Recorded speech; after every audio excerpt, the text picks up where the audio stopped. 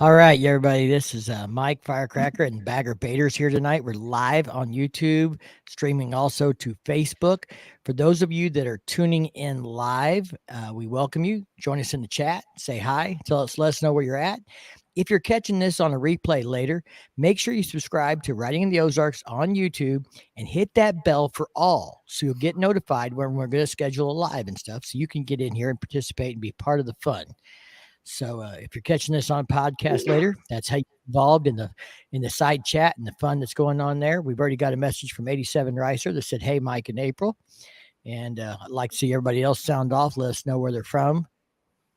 So, man, I guess maybe we'll do a little house cleaning stuff. Talk about some news stuff first. I saw an article, Steve, real quick. I wanted to talk about with the 440. Did you see what what I'm talking about with the 440, the Harley Davidson 440? I think you visited with me about that in Sturgis. I know it's obviously a smaller bike, and isn't it in India or something? Yeah, it's a little licensing partnership thing that they're doing with this Hero Motor Corp in India. But what's interesting, the bike was just launched a couple of weeks ago. They've taken like 25,000 pre-orders now and stopped taking pre-orders and raised the price. And the bike's not even out yet. So, I mean, that's pretty good. That's pretty cool for Harley Davidson that it's being received so well in India that they've had to stop pre-orders and that they can already feel like they can increase the price on the bike because the demand is so high. So I do. So just thinking out loud here, I'm thinking, well, if they're doing so well with this 440 and they can raise the price on that, they need to lower the prices on the bikes here in the United States and make them more affordable. Well, that's the way we need to consider. Now, whether they're going to lower the prices, I really doubt. But what it might do is decrease the amount of increase they do. There's a certain amount of profit they've got to make. They've got to make shareholders happy. They've got to make a certain amount of money to operate. So if they can make more revenue from other streams outside the U.S., they'll be less dependent on price increases in the U.S. to generate the revenue they need. So we got a comment here. Jamie said, "Congratulations from Central Wisconsin." 87 Ricer said, "Very, very happy for both of you, for both you." So I guess maybe we ought to touch on that little bit of news real quick since some people in the chat are already commenting on it. For those of you that didn't know, I got April drunk on Monday at Spearfish Canyon, and I proposed, and she was so drunk, she said, "It's about fucking time." She was wasted. Dave, we're going to talk about all that rain in just a little bit when we get to the Sturgis thing. But yeah, we got Dave's crazy trailer. He was up there, Sturgis, baby. We never did see him anywhere, but there was a lot of people up there we didn't see. We didn't run into the 5 Dirty Bikers. Barely saw Adam. Didn't see Desiree. I mean, there was a lot of people there and stuff. So it was a good time, but yeah, it was a little wet. But there were some really good days out there as well. So I don't know how much you want to talk about your special day, but we started it with a pancake breakfast there in Spearfish at a senior center, which is always cool to be able to help, a local facility like that. But we ran up Spearfish Canyon, stopped at Bridal Falls. And I tell you what, I waited a couple of days just so that I could be part of that ride, and I'm glad I did. It was very, very touching. It was very cool to have you and a bunch of our other friends there and stuff. Ray's Moto's Life's in the chat. He said we could get started now. He's here, and congratulations. Thank you, Ray. Witchcraft Cycle said, "Hi guys, hey guys, welcome home." We got from Two Wheeling Tom from Memphis, Tennessee. Hell says, "What's up?" So Winroad, I just mentioned her. She's in here. Hey. Yeah, we didn't get a catch to see her, but yeah, it was still cool. I didn't see her, but I saw her on some videos, so I know she was there. Yep. Thank you, Winroad. Yeah, so we can talk about that real quick on the engagement. We kind of, I mean, she knew it was coming. She knew she was getting a ring. I'd already had this planned, and some things happened, and we had some difficulties getting the ring she wanted. So she ended up knowing she was getting a ring, but she didn't know when she was going to get it. So I made her wait so I could at least do it the way I had planned, Dead Sturgis at Bridal Veil Falls. And so we did that Monday and got that out of the way. And yeah, Health says, congratulations to you too. Crystal and I got married in Sturgis. Well, we're not getting married in Sturgis, but we are doing a biker wedding. Do you want to tell them what we're doing, Firecracker? Or you want to keep that secret? Wait, this is big news. We have not shared this on any social media platform at all. That's entirely up to her if she wants to tell the world or she wants to keep it secret. We are going to get married while we're at Bikes, Blues, and Barbecue at Beaver Dam. So anybody's there can come watch. And then we'll come back here and have a reception for our friends and family that aren't there.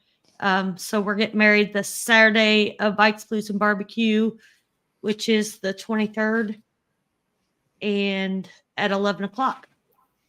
So at Beaver Dam, I know there's a lookout on the whatever south side of the dam. Is that where you guys are? Where is that going to be the location? Or? So if you're coming in from the Eureka Springs side, right as you come to the dam, there's a pull off in there where you can pull out and like a little island kind of jets out into the lake, and that's where we're going to try and get it done at. That's a public spot. It'll hopefully be big enough to handle everybody. So far the guest list is around 30. If other people, friends of ours that are follow the channel or content creators that we've got to hang out with are going to be in town and want to come, they're invited.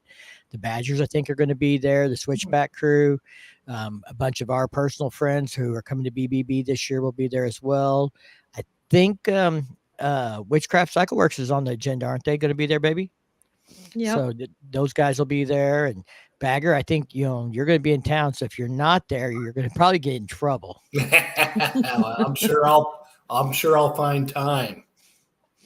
Yeah, my family's not going to be there. But that's why we're going to have something back here, just like a reception here in October. But so it's going to be pretty quick and easy. No dress for April whatsoever. So, yeah. So to change the subject here, something a little less personal, I wanted to mention, I saw some comments and I found something out at Sturgis that is kind of irrelevant.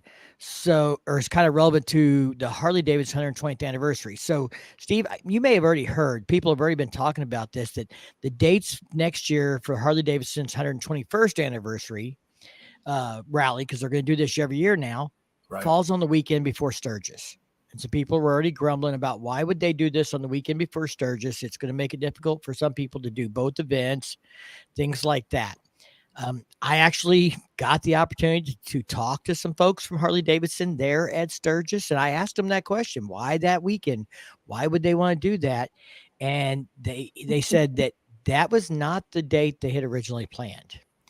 They had a different date on the calendar, but apparently the RNC trumps Harley Davidson's date. So there is a logistics issue with the Republican National Committee or whatever coming to town in Milwaukee, conflict of dates, the manpower for the setups for the different things and things like that. They had to go to a different date next year.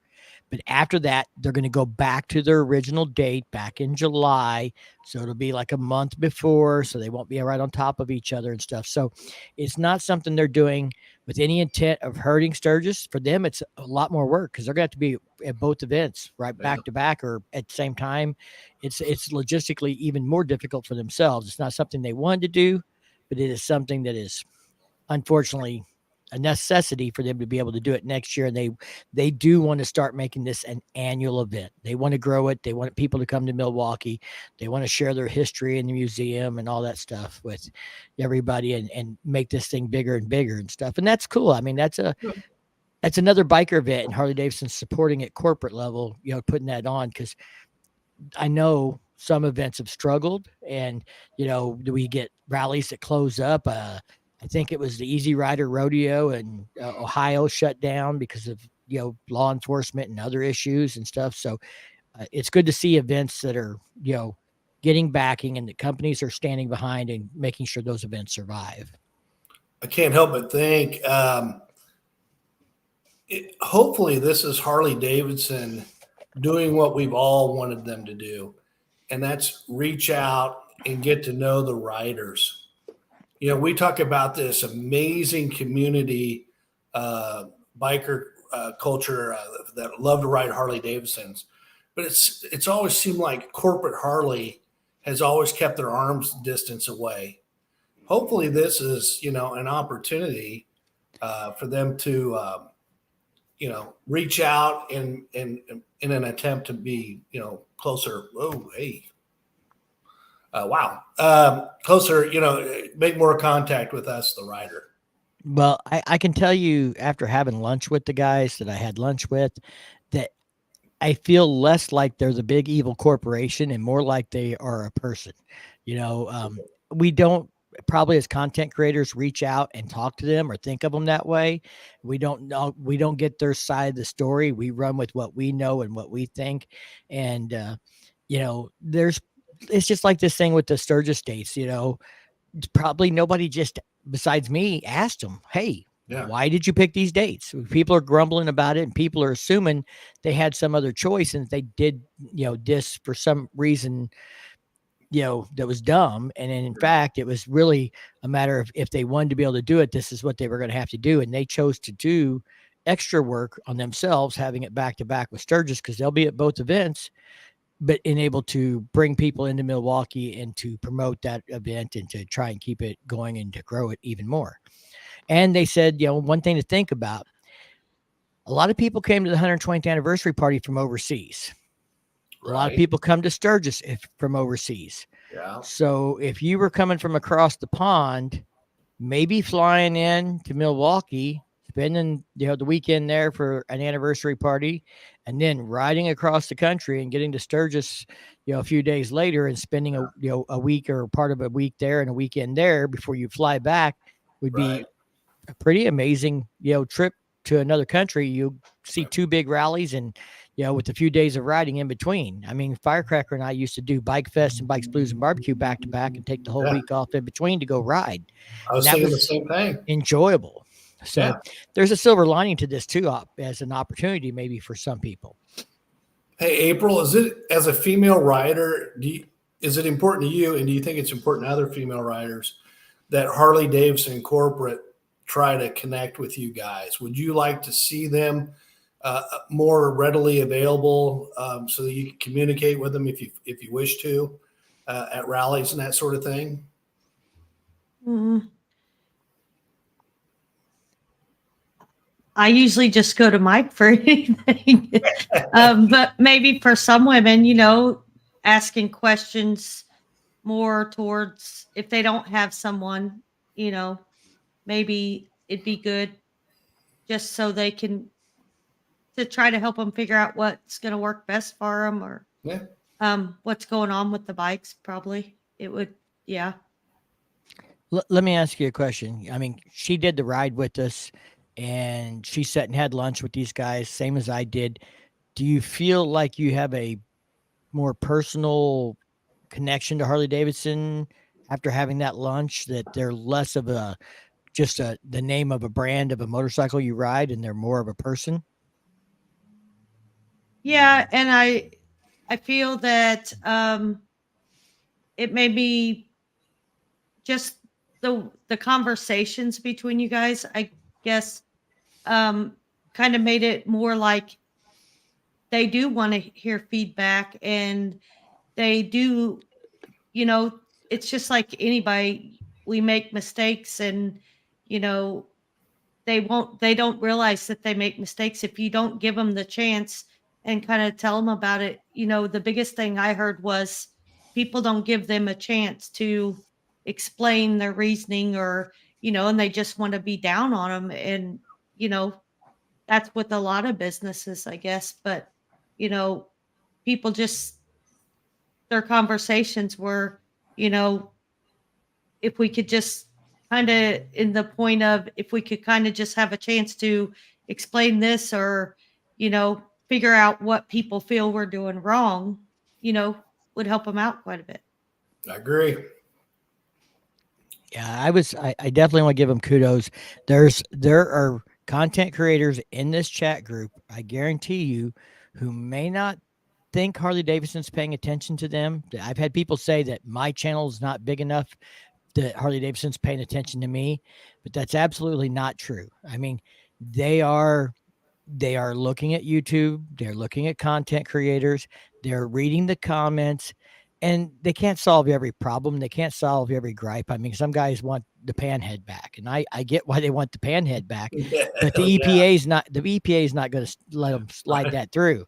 So there's certain things they can do and certain things they can't do, but you know, they are at least listening and trying to gauge what we, the consumers, are excited about or not excited about.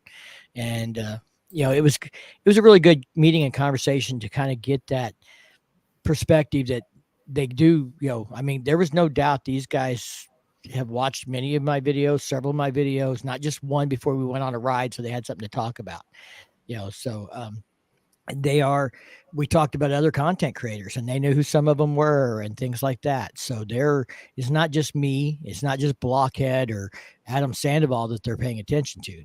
They're gauging a lot of feedback from a lot of different channels of different sizes. So you don't have to be 10,000 or 20,000 subscribers to get their attention or for them to know who you are. Now you met with these guys because you got an opportunity in Sturgis to ride the CVOs. Is that correct? I did. Okay. And so with the CVO making so many changes that a lot of us diehard Harley riders were asking for, do you think this is the kind of the beginning of them showing that they are listening? I hope so. You know, I think that the CVO is, and I'm trying to think how to say this because I've been thinking about putting this in a video, but I think the variable valve timing engine is going to prolong the internal combustion engine for Harley Davidson. It's going to allow them to meet EPA requirements and provide performance in a way. What it's not going to do is sound like an Evo with a carburetor and a cam. It's not going to do that. It's not, you know, as much as people hate it, you know, hey, monkey, it's alive, not a premiere. So as much as people may hate it, we're not going to get that Evo carbureted cam, you know, low potato sound back. But that doesn't mean they can't do as much as they can to, you know, keep the internal combustion alive as long as possible. You know, everybody made a big deal out of the Harley Davidson CEO being a push for Livewire. But here a month or two ago, there was an interview where I think it was around the 120th, where he said that they are pushing for, you know, electric bikes at this moment because that is the most viable solution they see. But that doesn't mean they're not interested or considering or looking at other alternatives to electric, you know, that are not the traditional gas combustion engine based on, you know, fossil fuel dependency. So you will have to see. It's a lot of stuff. So where did you go, Mike? No sound. Mike, you guys all can hear me, can't you? I can hear you. I can. All right. So Monkey's in the house. Yes, sir. He is. If you want to join in, shoot me a message, Monk. I'll get you a link. I think you would have some interesting insight to the Sturgis stuff that we're going to talk about, and to the Harley stuff. You know, I don't disagree that electric is a waste of time. I don't think it was the right thing for Harley Davidson to try and pioneer, but you know, I'm also like anything else. I'm not looking at all the data they're looking at, you know. Yeah. So it's easy to be a backseat quarterback or backseat driver when you don't have you're not responsible for the reaction, for the stock prices, for the employees, and for all these other things. And you can be ideological and say electric sucks, but not have to report to the board on what you're doing to, be prepared for the future and for regulations that are being implemented in different parts of the world. With that, here's an advantage I see with the live wire. They've introduced it. It doesn't appear that consumers are ready for it yet. So if I'm CEO, I'm thinking, hey, listen, we beat everybody to the punch. We'll be the leader in this. Let's just kind of halt everything. They made it its own corporation, if I understand it correctly. So hopefully that means it won't affect Harley Davidson's bottom line and stock price and that sort of thing. So if they kind of just put it on the back shelf and keep it quiet and not spend any more money on it until people are ready, then they can say, hey, look, we started this. And maybe that's what they're doing. Yeah, and it's hard to say. And I don't know that that's financially the best move. I mean, there's been other manufacturers that said, I don't want to be the leader in electric. Let somebody else figure it out. Wait till the technology is more developed or whatever else, and then we'll take our turn at it. And, I understand Harley Davidson wants to be premier and wants to, be the leader in it. I just don't know that financially it was the right choice to do. Yeah. I guess it all comes down to how much they've spent and did they stay within the budget that they felt they could stay in without compromising their profitability. Yeah. And those are the things. I mean, I look at their numbers. I had somebody comment on the last time I did Harley's numbers. Why don't I do this for Indian or Polaris? Why do I only, pound on Harley Davidson? Well, Polaris they suck. No, Polaris doesn't make their stuff readily available. Harley Davidson only makes motorcycles generally. Right. They don't make ATVs and UTVs, and their primary business is making motorcycles. Polaris's business is not primarily Indian motorcycles. So when you look at their financials, they have an on-road segment and an off-road segment, and their on-road segment includes some kind of industrial machine, like four-wheeler or something. I don't know, for warehouse use or what it is, but it's some kind of product they have that's big overseas that throws their on-road numbers off. So you don't even know how much is motorcycles versus this other product. And it's not a big percent of the company overall. Right. Corporate America is always going to play with their numbers to make them look as good as they can. And not just corporate America. It's, I as a motorcycle rights organization advocate, I see DOTs for different states doing the same kind of bullshit. The state of Missouri is already doing it, trying to fight the helmet law repeal that we did, saying, well, there's all these more deaths without helmets now. But that doesn't mean there's more deaths than there were before. It just means the deaths are now recorded as without helmet instead of deaths with a helmet. I mean, you don't know till you look at the raw numbers, and maybe that's not an accurate statement I just made, but their statement that there are more deaths without a helmet than there was before we repealed the helmet law means nothing, because they're not putting any context to it as like an increase in percent of deaths overall, since we repealed the helmet law or anything else. There's a lot of stuff that can go into those statistics that they don't like to share. I would say it would have to go up because, again, traditionally it does go up in states when they repealed the helmet law. Yeah, because more people are going to want to ride in it. More people are riding without a helmet, so the more fatalities without a helmet happen. But that doesn't necessarily mean there's more fatalities per riders. It's also traditionally that states that repealed the helmet law have an increase in motorcycle riders, registered motorcycles on the road, and an increase of accidents as well. But, the more people riding, the more chance there's going to be an accident. That's just the laws of it. The physics. There's, the statistics of probability. It makes sense that there's more deaths if there's more riders. It doesn't necessarily, and if you repeal the helmet law, it's going to make more sense that there's more deaths without a helmet. Doesn't mean that the helmet law repeal is the cause of more deaths. Exactly. Yeah. So Enough about Harley Davidson and all that. I'm going to have a video out about the CVO. I rode both the CVO Street Glide and Road Glide, and I will talk about those soon. I'll talk about some questions I got answered for those bikes and stuff. So some pretty interesting stuff. But Sturgis, baby. So, I saw a lot of things saying that this was the wettest Sturgis in history. Crazy weather. You got there before us, so you were there when it come a pounding down. Yeah. So talk about the first weekend when I wasn't there yet. Yeah. So I got there Wednesday late afternoon.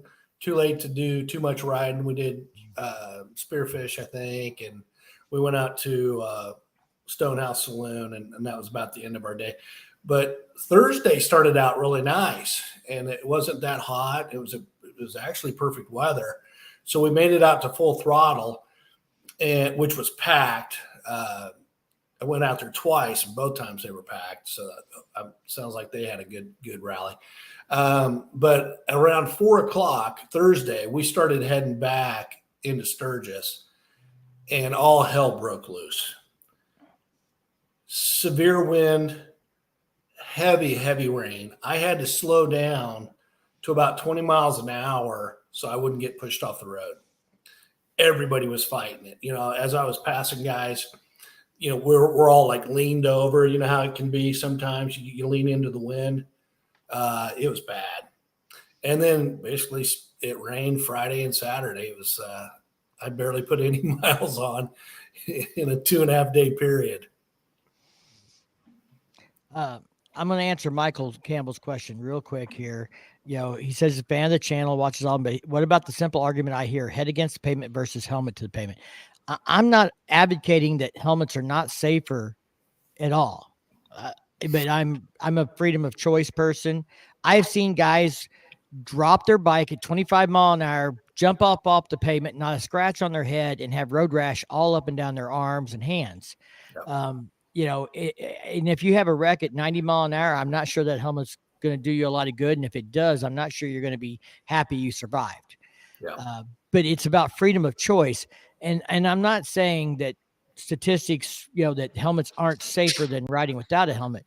What I'm saying is statistics saying that more people died without a helmet after the helmet law was repealed means nothing in that statement alone, because it's the fact is a lot more people are riding without a helmet now that it's been repealed. Half the state is or more. So that statistic's not a surprise. It wasn't something that wasn't expected. Without the relevancy of is there more deaths overall, it makes no difference. It doesn't have any meat to the statement. That's what I'm saying. It's an argument with no answer. Well, and it's an argument with no context. Yeah. It makes sense that there's more deaths without a helmet, but it doesn't. They didn't say there was more deaths overall.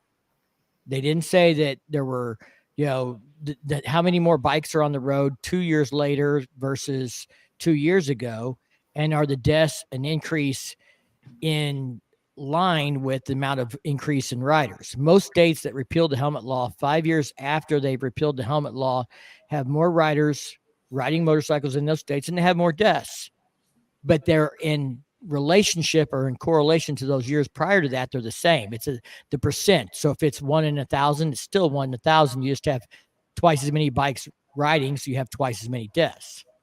And that's kind of my point, that with the whole MoDOT and the statistics things, you gotta watch that stuff. I've dug into the raw numbers. They are on the National Highway and Transportation Safety website, and you can get a lot of information in there if you want to dig into it. But I don't want to harp on that all night. And I wear helmets sometimes. I wear my helmet to Sturgis because of the weather, for protection from the weather.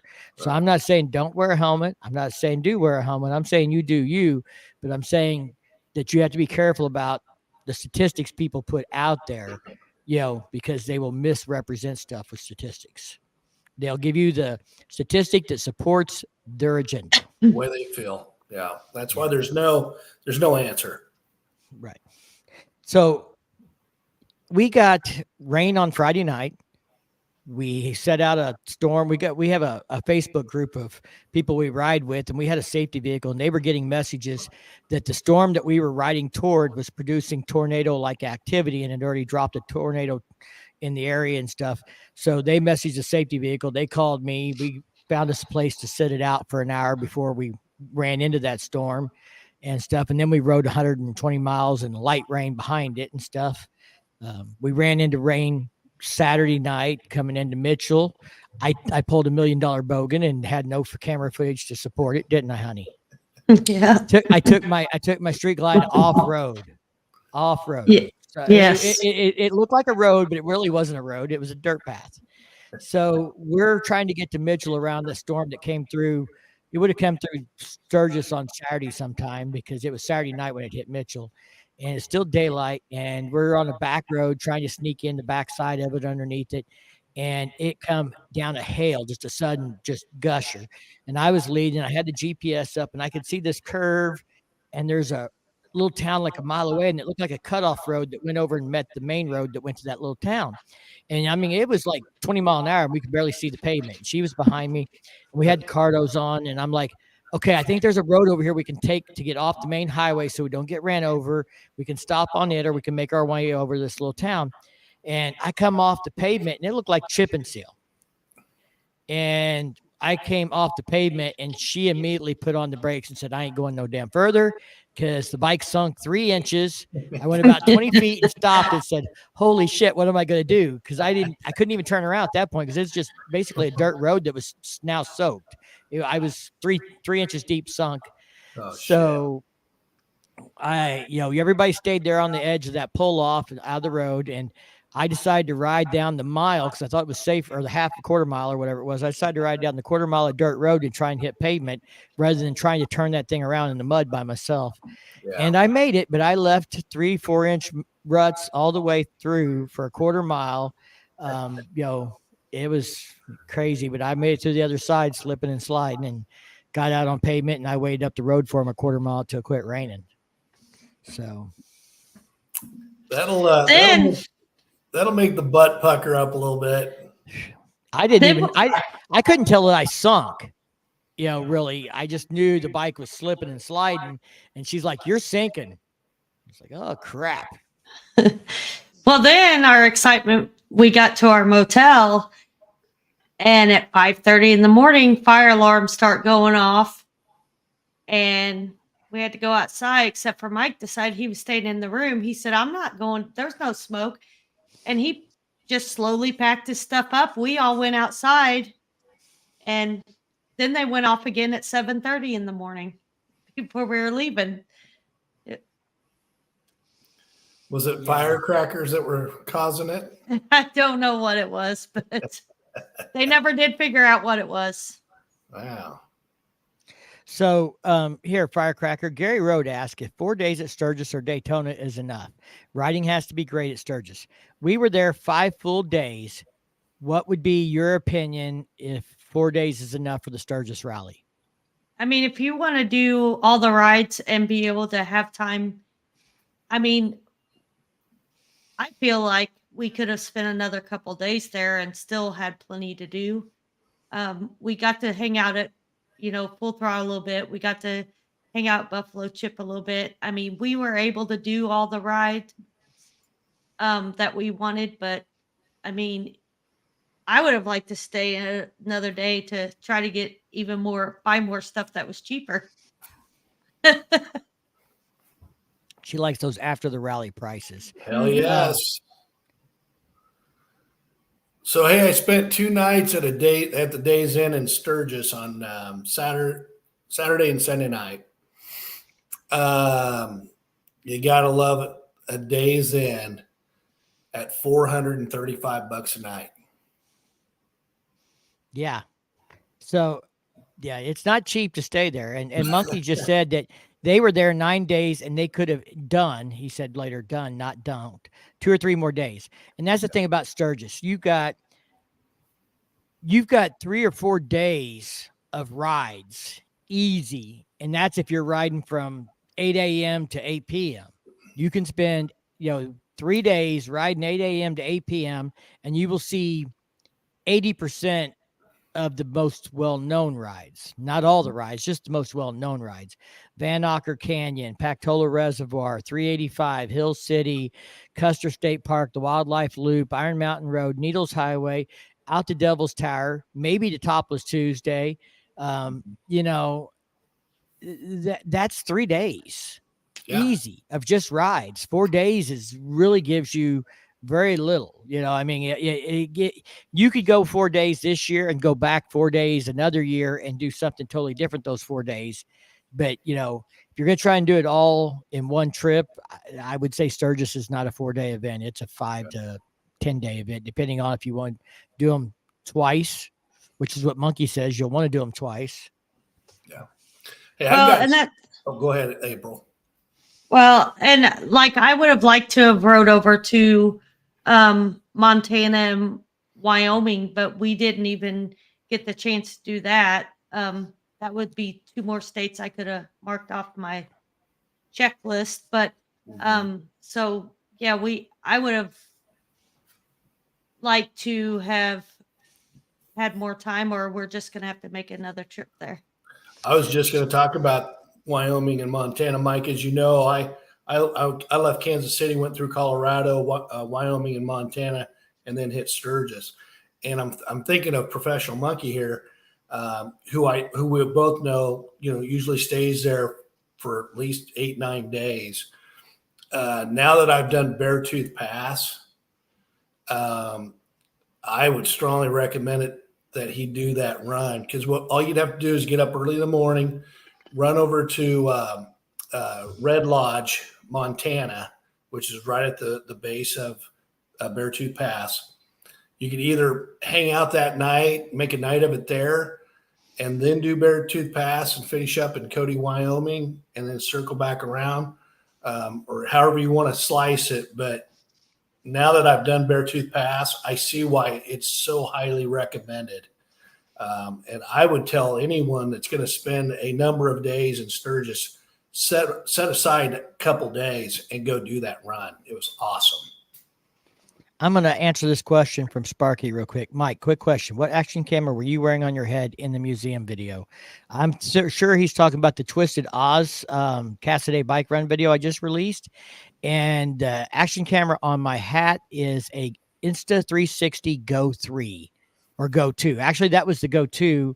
I just bought the Go 3. The footage at Sturgis is the Go 3. The footage at Oz was Go 2 because they just released the Go 3. So it's what you can check it out. The Go 3 is a new version of the Go 2. I don't know how long the Go 2 will be available for. But yep, Twisted Oz, I was using an Insta360 Go 2. And if you can't find the Go 2, then you can find the Go 3. That's the new one. I've been using almost all Insta360 cameras since the beginning of the year. I thought about doing a video about why I've switched and why GoPro can, kiss my ass essentially. I have, let's put it this way. I've not lost a single piece of footage or not had audio missing from a single piece of footage since I switched to Insta360. I haven't had, I think, one time in 8 months I've had to pull a battery to reset a camera rather than one time per trip. So I'm pretty happy. I'm converted. So, hey, Delberta's hi. Mm-hmm. Lloyd Blake's in there, said congratulations to us earlier. Yeah, Lloyd, come see us. Hopefully we'll see you at BBB maybe. Maybe you can make that event on Saturday if you're in town. I know you're in that area a lot. Here's another person who was out there, said they were out there the week before for 7 days and could have used 10 days. Yep. So definitely 4 days is not enough. I mean, you can get a lot done and have a very good 4 days in Sturgis, but that's not enough to see everything. No. That's enough to maybe see some of your highlights, your most important things your first year, and then do other things the next year or the next time you go back. Now the rain, so we got to town on Sunday night. Originally, we were going to try and catch Leonard Skinner, maybe the Monkey there, but we got a late start on Sunday because it was raining Sunday morning when we got up in Mitchell. She talked about the alarm going off at 5 o'clock. It went off again at 7:30. The rain didn't even start to let up till 1 o'clock in the afternoon. We waited till about 10, and we left in the rain and rode 120 miles in the rain to get to the other side of it. And then we had clear skies through the Badlands and stuff. But basically we waited long enough that we could make sure that we got to the Badlands with clear weather to ride the Badlands. Cause we had 6 people, I think, in our group that had never been. So we wanted to make sure they got to see it and see it in, a good light, not in a stormy, nasty day. Yeah. So, yeah, I have not seen the Action 4. I haven't played with it. I do have a DJI drone. I think DJI makes good stuff, but I don't have much experience with their action cameras. So Sunday night, got to Spearfish, to Deadwood area, and it was cold and rainy, still kind of that whole deal. So in the long days of riding in the rain all the way up there, fighting it. So we just stayed at the house Sunday night and chilled. And I wanted to go to the I-Bar where the Iron Horse Saloon is and the Five Dirty Bikers. And I didn't get a chance to get over there all week. I was hoping to get there Sunday or Monday before they left town, but I didn't catch them. But I will be visiting with those guys real soon. So be watching the Five Dirty Bikers podcast. I'm scheduled to be on the show here real soon. So Cool. I don't know from the time they record to the time they release how long that takes, but I don't think it's real long. So you all see something about that pretty soon. So make sure you guys, if you're not watching the Five Dirty Bikers, go check out their channel, find them on YouTube, Facebook, Instagram, and see what they're all about. Yeah, and then, cool. Monday, we originally wanted to go to the Vegas pool party at Steel Pony, but we didn't make that because, again, it rained Monday afternoon. Monday morning, I did get clear weather to get the proposal done and stuff, so that was cool. We got that done Monday, but by the time we got to Savoy, it started to rain again, honey, on the south end of Spearfish. Yeah, sprinkle, mist. And we rode in that till we got to Sturgis. We went down to Rapid City, hung out down there. Actually, a friend had to get equipment worked on a stereo. He had a bad ground wire that wasn't Sinister Sound's fault, but they spent hours working on his system, put a new head unit in, found his wiring problems, fixed them all. And I think they charged him $180 for the new head unit after spending like 6 hours working on his bike. So those guys, I mean, I highly recommend them. I like Sinister Sound. I run them. He bought their stuff because I had, recommended it. Lloyd Blake's running their stuff, and they stand behind their stuff. I mean, he had a problem, and it wasn't really their problem, but they cleaned it all up. They fixed it, got him a new head unit, and did it for the right price. So he was very happy with that. Cool. We saw Mr. Monkey there Monday afternoon, but we didn't go to the Vegas pool party because, again, it rained all day Monday. All afternoon Monday. I ran into Mr. Monkey, and then I finally met Mrs. Monkey, of all places, the food pavilion at Black Hills Harley Davidson. That was kind of funny. That's where we ran into him at, was at the Black Hills Harley Davidson. A friend of ours that went with us on the trip traded his Dyna in for a 2020 Limited. So he rode up there on a Dyna, an 09 Fat Bob, and came home on a 2020 Limited. Wow. And Black Hills Harley Davidson made him a good deal on it. He was kind of consulting with me and asking me what I thought, and I think they made him a very fair deal in the end. He got a nice bike, and it's definitely going to be a lot better for taking trips on. Oh yeah. You're riding 2 up all for 1,000 miles. Hey, April, how was your bike? Did you feel like your bike performed well? Was it comfortable? Would you recommend it to other people that might want to ride your setup?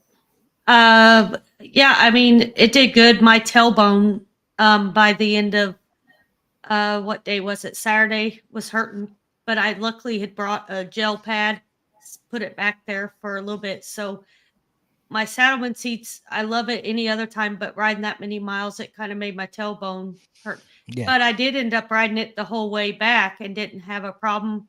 But I've kind of gotten used to the floorboards where I can adjust myself a little bit, So I think the Sturgis ride really helped me get adjusted to the floorboards pretty good. Using them and, figuring out foot positions that I can do and stuff like that. So. Yeah, we did on the way back. We did 500 miles a day, basically, 2 days fighting the rain.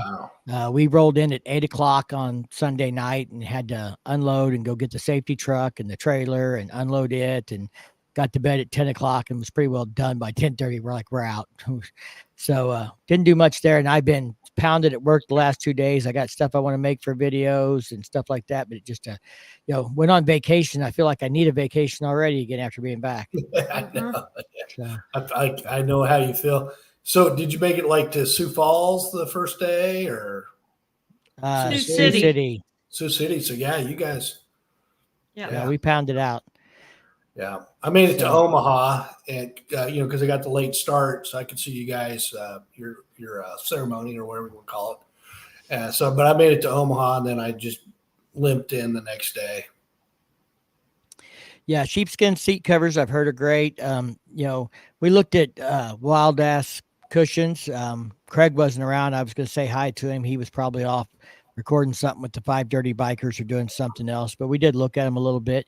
And I think, the step up seat she's got is for a soft tail.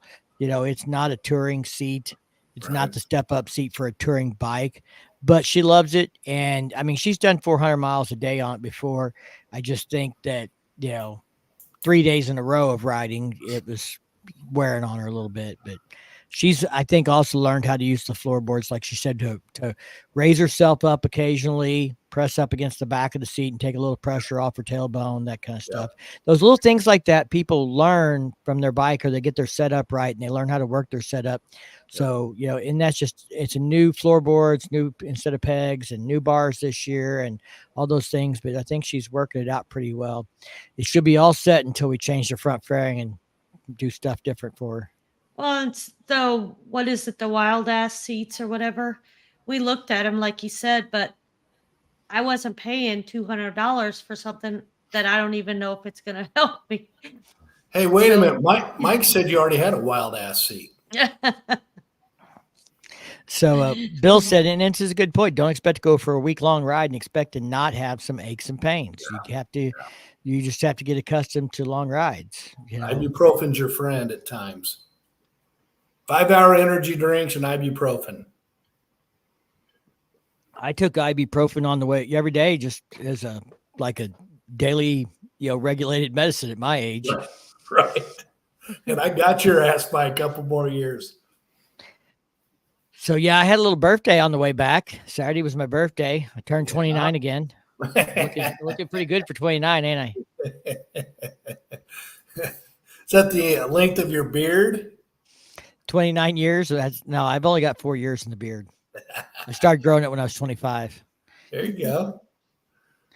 But no, we had a good time. We stopped kind of early on Friday. I mean, we were at the motel by 5. We pushed hard. We did 500 miles by 5:30, and that was with the time change. So we pushed pretty hard on Saturday. We had good, clean weather on my birthday. I sunburned my forehead and my top of my head when my beanie blew off on I-90. And so we got to the motel and we went and had some dinner and had some drinks and came back and hung out in the motel and just drank and had a good time. And, it was good hanging out with our friends and just, kind of chilling that night. And then we, of course, got up the next day and headed out into the rain. So. Mm-hmm. Hey, speaking of your friends, most of the people that you were riding with, I just met on Monday morning there at that breakfast. And I got to tell you, they were all very friendly, made me feel like I knew them forever. So that's always a cool. Well, they get to see you on here. I mean, some of them are in the chat sometimes, some of them aren't, but we run with a good crew. And you do. Yeah. I agree. I can tell your crew's solid. We had 10 people at the house, and we had another 4 or 5 people that were camping in other places. And then, you and a few other people we knew that were going to be up there. It was a cool experience for me. We had a friend that we haven't got to hang out with in 3 years. He went in the military and was stationed in Korea. And then when he came back, he was only home a couple of days and went to Kansas. And he was going to Sturgis too, but he was coming up late in the week. He got there Wednesday. So Mr. Monkey, if you didn't see the post on Instagram, I stuck my sticker right next to yours at the Steel Pony while I sat at the bar at the Steel Pony and had drinks with my buddy from Kansas Wednesday night. And Bull came over and hung out with us. You remember Bull from Cycle Showcase? So Bull and his wife or girl came over and hung out with us. and we had drinks there at Steel Pony for several hours on Wednesday night. That was a good time. And then we met up with him and went riding all day Thursday. He went and did Iron Mountain and Needles with us and stuff. So we hadn't got to see him in forever, and we got to go, do some really cool rides together and stuff. And then he ended up Friday night. He's in the military, so he didn't really want to spend the money on the band Friday night for Buffalo Chip. So me and my buddy chipped in and paid for his way in. We just gave him the money, said, here, we want you to go hang out with us one more night, so come on.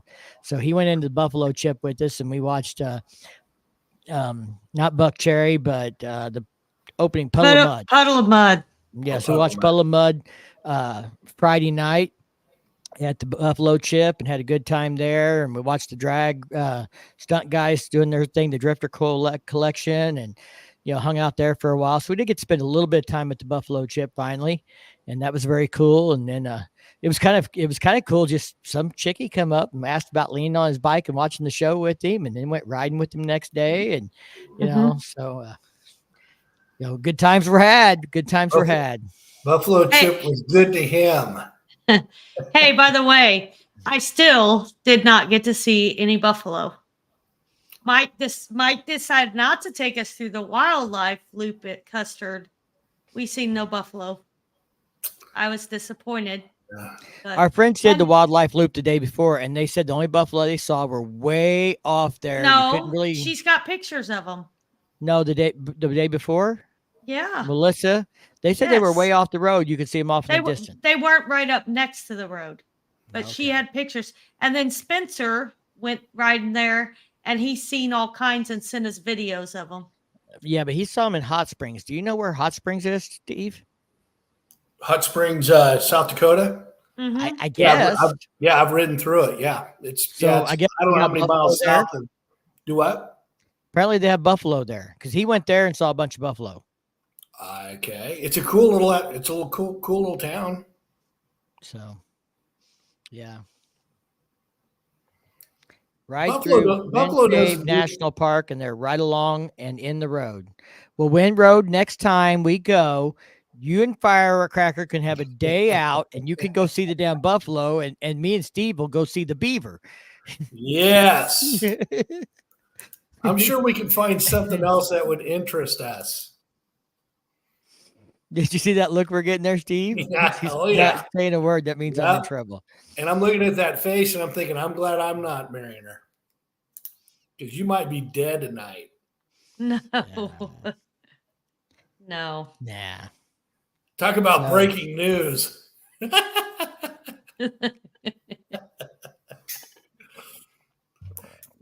Ray says she's the boss, right? I'm not the boss. Buffalo is kind of a weird thing for me, because I'm from this little town in western Kansas, and we have a buffalo pen just on the edge of town. There's 10 to 20 of them there at any given time. So I've seen buffalo all my life. So that buffalo, the loop really doesn't excite me. Yeah, I don't know what the deal is about seeing a fluffy cow. But whatever. I'd rather see it on a bun, on a plate.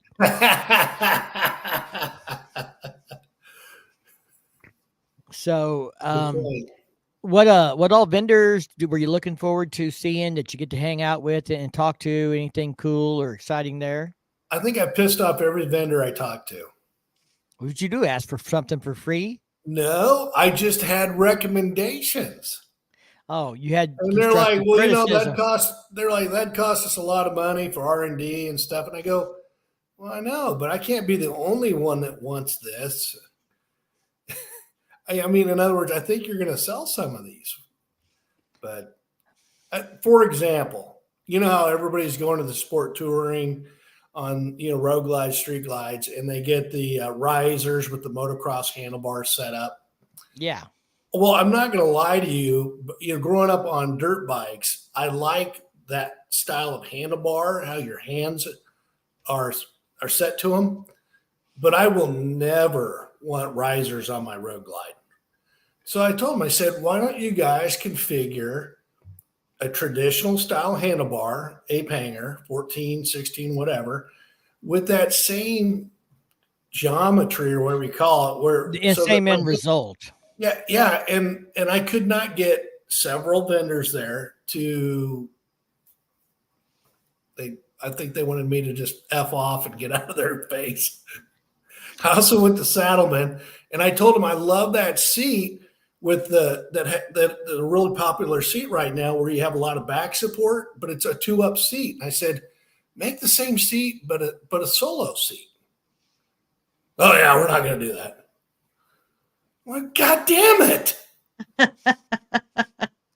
Well, don't you want to have that extra seat in case you pick somebody up? Not on my Softail, I don't. That's just for me to look sexy. That's just for me to look sexy. If you're going to look sexy on it, then you need to have it available if a girl wants to ride with you. That's the Road Glide. That's, I've got the 2-up for it. Well, you're just going to have to deal with doing 2-up on both of them. Look who's in the chat tonight, Mr. Gregory. Oh, Mr. Gregory. So if you guys didn't see the video I released right before I left for Sturgis, flatheadsrallypoint.com. We'll give them a quick plug. We were going to talk about what's coming up next, Bikefest and Bikes, Blues, and Barbecue and stuff. So speaking of buffalo chip, that's something that has not had at Bikefest or at Bikes, Blues, and Barbecue is a buffalo chip style event. And it's coming to Bikes, Blues, and Barbecue 5 miles south of Eureka Springs, where the 3B Adventure Park thing is. There's some folks, including Adam Sandoval, involved in putting this thing together and getting it organized. And, they're going to have bands and camping and RV stuff and bike games and all the same kinds of things that we're used to seeing it like Buffalo Chip there. I'm sure it's not going to be as big as Buffalo Chip. Buffalo Chip didn't get that big in a day. No. It's going to have to grow. But yeah, they're working on bringing that atmosphere to the people that are looking for that at a rally at BBB. So we talked about that. You can go back and check that video out. It's in my previous lives and stuff, but it was really cool. And they're going to have a lot of good stuff going on. Me and Jeff are talking about some things that we can do to help get the word out, maybe get some people in there, do a giveaway or something. So just stay tuned for that kind of stuff in the future. And Jeff said, congratulations, April. Thank you, Jeff. Everybody says congratulations, April, but I really think I'm the lucky fucking one. She said yes. Well, we know that. I'm the lucky one that deserves congratulations. So, talking about the Buffalo Chip and Bikefest and Sturgis and all these things, I'd never been to the Buffalo Chip. It was great, nice atmosphere, bars, food, girls dancing, swinging on hula hoops and stunt riders and bike washes. And they had their own garage up there. They're in, vendors, their own vendors there, bar open to the public at the beginning. And, so it was a cool atmosphere. And I think that kind of thing is needed at every big rally, that campground for those people who at the end of the day want to go back to the campground and be wild all night and have a place to go do that. That's an adult place. Yeah. And Jeff said I was right. I am the lucky one for sure. Hey, I just want to mention that the last time I talked about Jeff, I think I called him a pipe hitting motherfucker. And he is. He's definitely looks like he could be. I've never seen him hit anybody with. I've never seen him hit anybody with the pipe. I've never seen him hit anybody with the pipe. I just seen him give him a cross look and say, "No, bro," and that's pretty much all it takes. I prefer to see a smile on his face than a frown. I can advertise it on my live streams too if you give me the information, Mike. Well, Ray, it is all at that website, flatheadsrallypoint.com. That's where it's going to be updated. There was information that was still being developed to go on there when we did the announcement, but I'll try and get you some information and you can help share the word out there on your live streams too. I'm sure Jeff would appreciate that, and Adam. They're all involved in this deal. And so, it's going to be good for the town of Eureka Springs.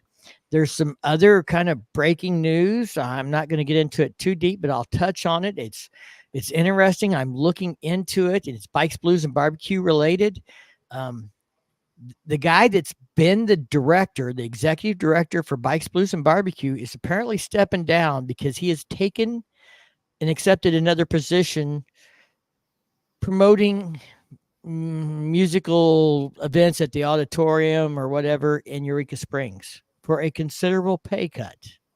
Wow. Which seems odd to me that you would take a pay cut from doing Bikes, Blues, and Barbecue to doing 2 or 3 acts a month at an auditorium in Eureka Springs. And there seems to be maybe a little bit of drama around this. I read some articles already today about it when I heard about it and stuff, and I got to dig into it more. But it's kind of, I mean, maybe Tommy would care to share his why, but I mean, I don't know too many people that take a big pay cut, from a job like that. Most people are trying to climb the ladder, not step back, and maybe he's just needs a break or whatever else. But there seems to be some controversy over like how he got the job. I mean, there were emails quoted in the article.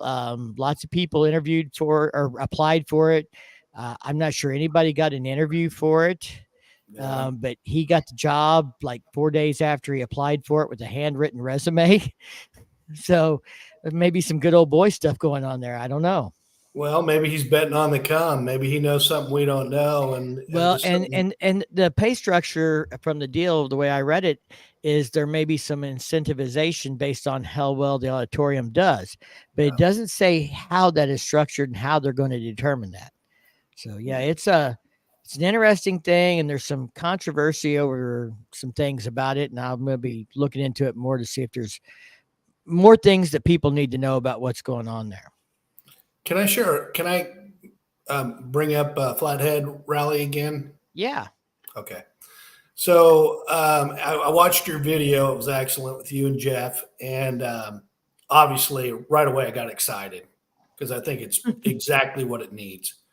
And so I pulled it up on Google Earth on where it's located. It's perfectly located. It's like literally just outside of the city limits of Eureka Springs, south of it, which is even better because that'd be on your way to Fayetteville or whatever, Rogers, wherever you're wanting to go. But what really excites me is who's involved in this thing, because Jeff knows how to serve the people with being the owner of the Cat House. And then, of course, obviously Adam Sandoval may know camping and campgrounds better than anyone in the world. So, and both understand bikers. So this has an opportunity to be really special. And I'm sure both of them are extremely excited about the potential. We'll share a little more with you, everybody, again, that might not have seen the original deal when I did that video. If I can get it to come up here. There we go. Flatheads cycle event, concerts, camping, games. It's right outside of Eureka Springs. Who watch my channel who have already made reservations for this deal. So cool. Events, we're going to click on that. I know there's going to be a wet t-shirt contest, a Miss Flathead contest, bite the weenie, keg toss, arm wrestling. I'm not doing that again. Don't ask, Wesson. My arm still hurts from stubborn American. Hill climb, drag races, and best tattoo contest. Schedules coming soon. Is there weenie wrestling for the girls? That could be a fan favorite for the gals. I don't send Adam another email about weenie wrestling. Why do you think he looks at you funny already? Is that what I'm doing wrong? Damn it. So let's I think we have saying the hill climbs will be off the hook. Cool. You know, I've been to Sturgis a number of times. I've never made it to hill climbs. Yeah. And I've wanted to so bad. So we watched hill climbs at Sturgis. Have you ever watched those? Oh my gosh. They were so freaking awesome. It looks kick ass. It it made me very nervous with the little kids. Oh yeah, I've seen video, but I've never seen it live. I'll bet it's just badass live. The noise, the people yelling and screaming. It's got to be kick ass.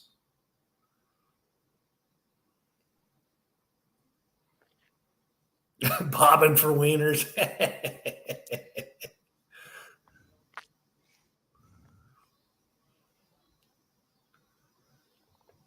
It's in bullshit.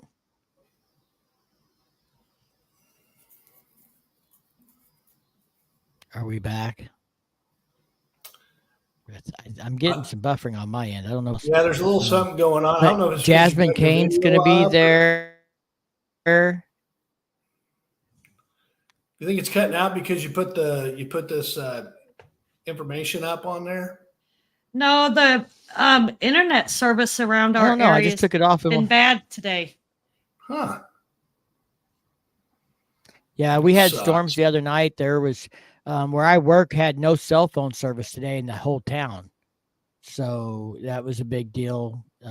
But yeah, I took it off. We'll see if it's any better. But yeah, for entertainment, we're looking at like Jasmine Kane, Scotty Austin from Saving Abel, Saliva with Josie Scott, Back in Black, AC/DC tribute band, the Cruligans, Texas Hippie Coalition, and stuff coming. So, there's going to be a lot of stuff going on there.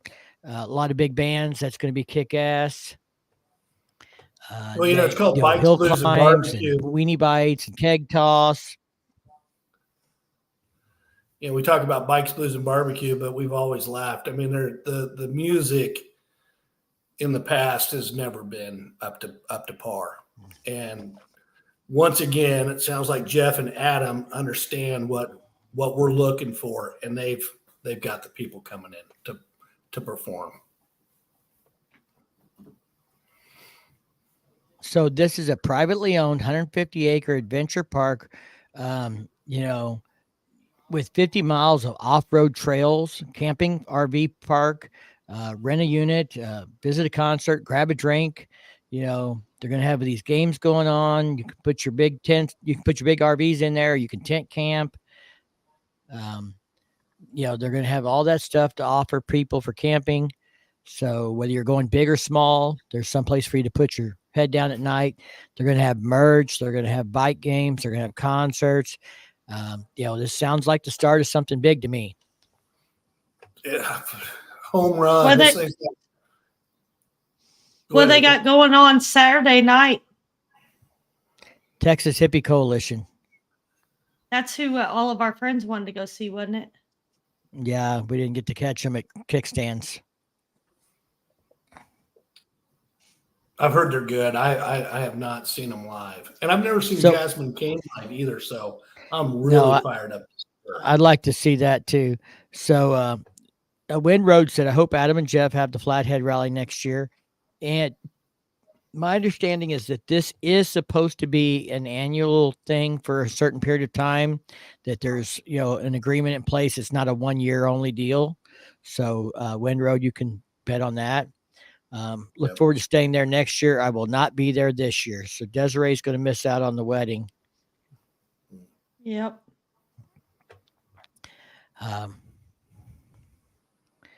So along the same kind of thing about the campgrounds and talking about Sturgis and Bikefest, because Bikefest is coming up, I was thinking as I was at Sturgis, what does Bikefest have to do to get to the BBB and Sturgis level? What's it missing? What's it need to do? How does it get to that step?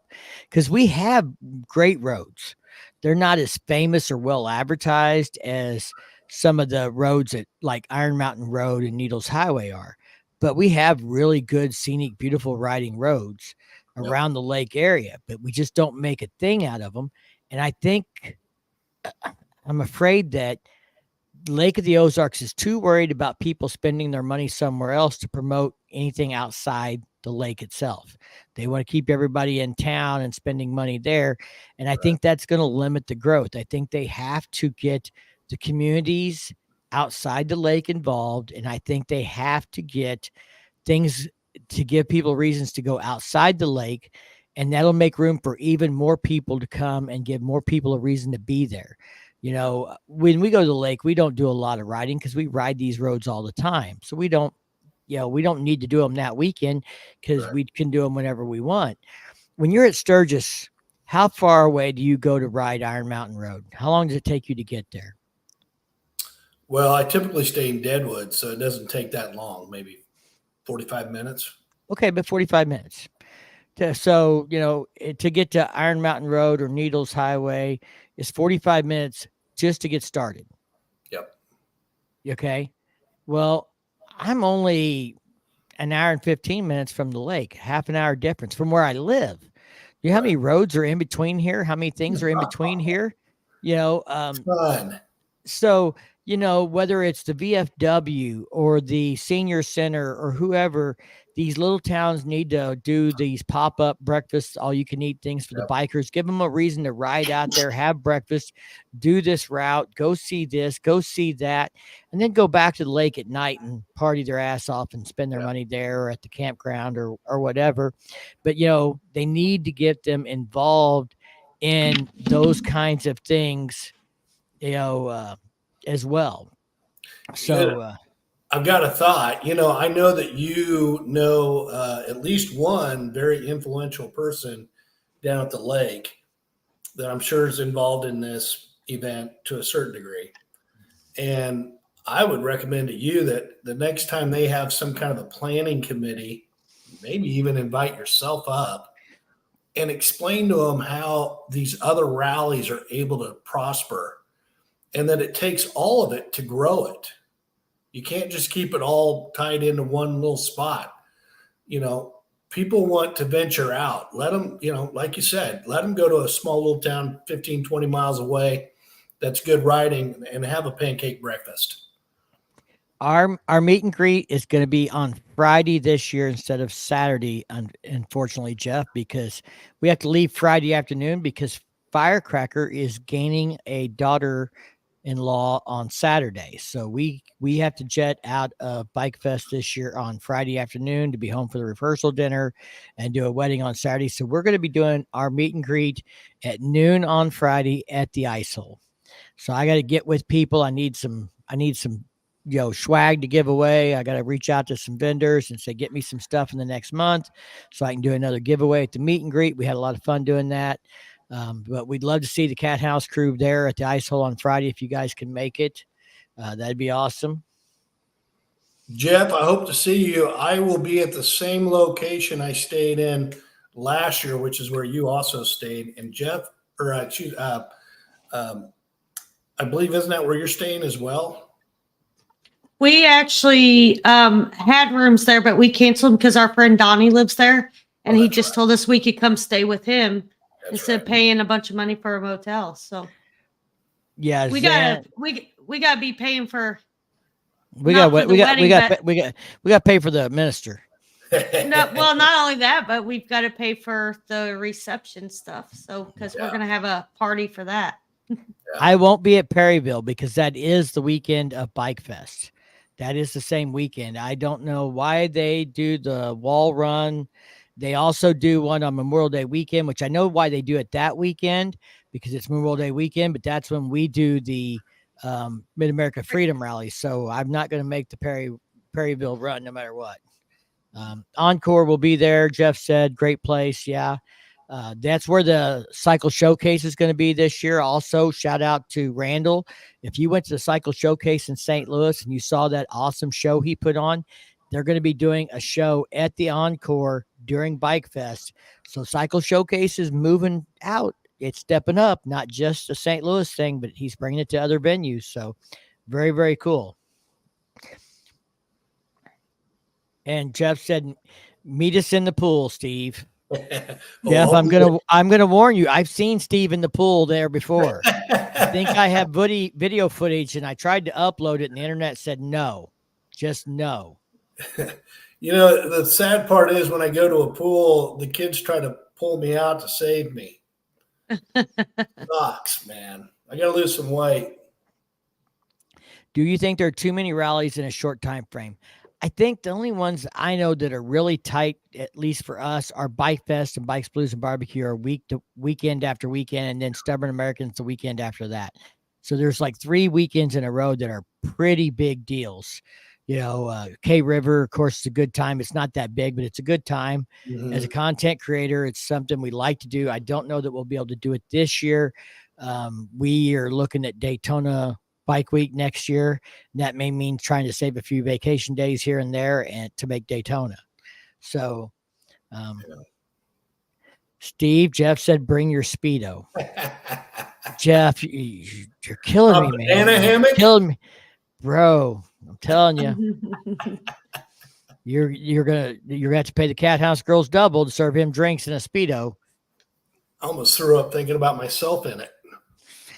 So yeah, Cycle Showcase was at the Smokeout last year, and they're going to be there this year. He's, like I said, Randall's really like stepping that game up, and that's awesome. I wish him a lot of success. We're going to see if he's got time to maybe come on the live before Bikefest or something and talk about that. He's been posting about more bikes that he's going to unveil at Cycle Showcase next year in St. Louis, when we'll plan on being at that one as well. That's going to be awesome. He's a cool dude. I didn't get a chance to visit with him a lot, but what I did, I liked that guy a lot. Yeah, and he's got a lot of connections. He's working with Cycle Source magazine crew and friends with them, and he had an ice cream social at Sturgis on Wednesday night. We didn't make it, but he was buying the first gallon of ice cream downtown Sturgis for anybody that showed up. So just, that's not your typical biker thing you'd think of, but he's doing it. He's doing cool stuff. So, Adam's doing cool stuff with the Rally Head, our Flatheads Rally Point. It's cool to see people doing things for our lifestyle and trying to bring that stuff all forward. Ray said I hung out with him at TMMR, great guy. So there's a lot of stuff we want to do. Unfortunately, we don't have the vacation time for it, and I'm not a full-time YouTuber, so that means we got to get up and go to work in the morning. Yeah. So, TMMR is a tough one for us because it's the weekend before our rally.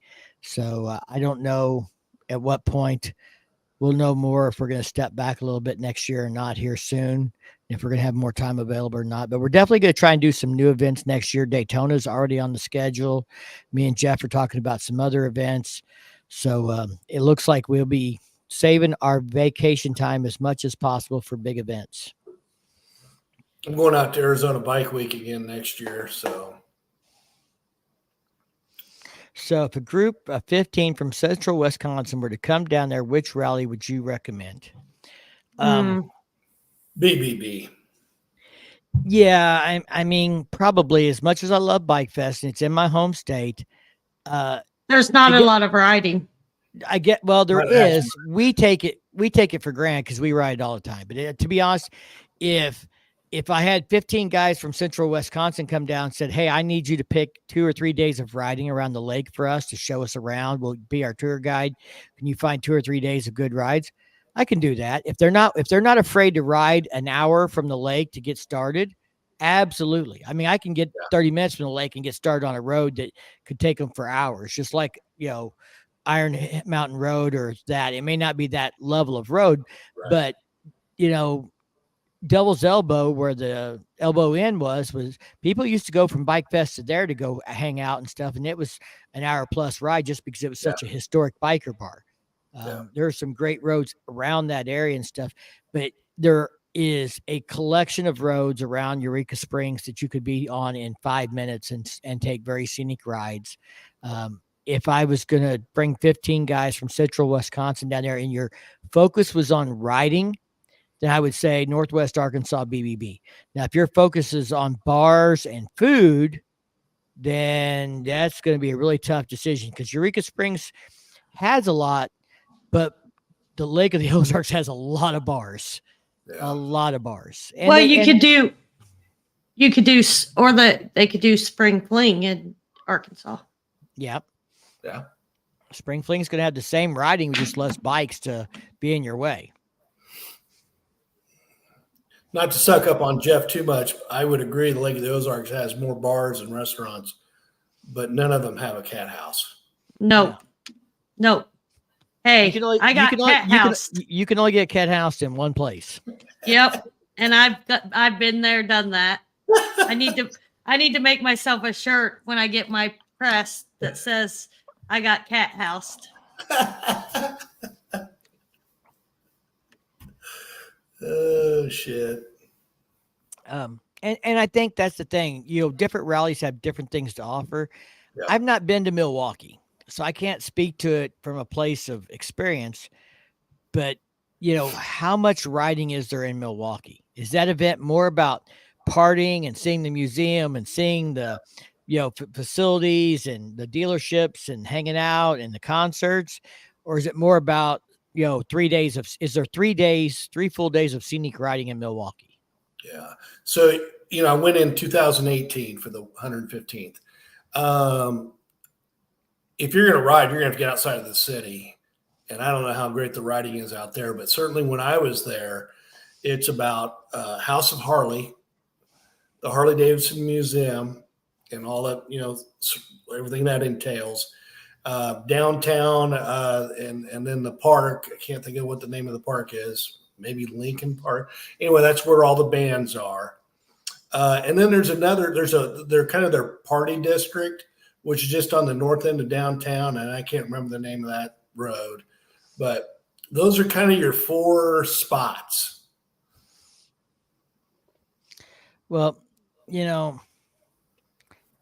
that's the thing. And that's what, different rallies have different things to offer. Lake of the Ozarks really for us is about partying and going to the vendors and things like that.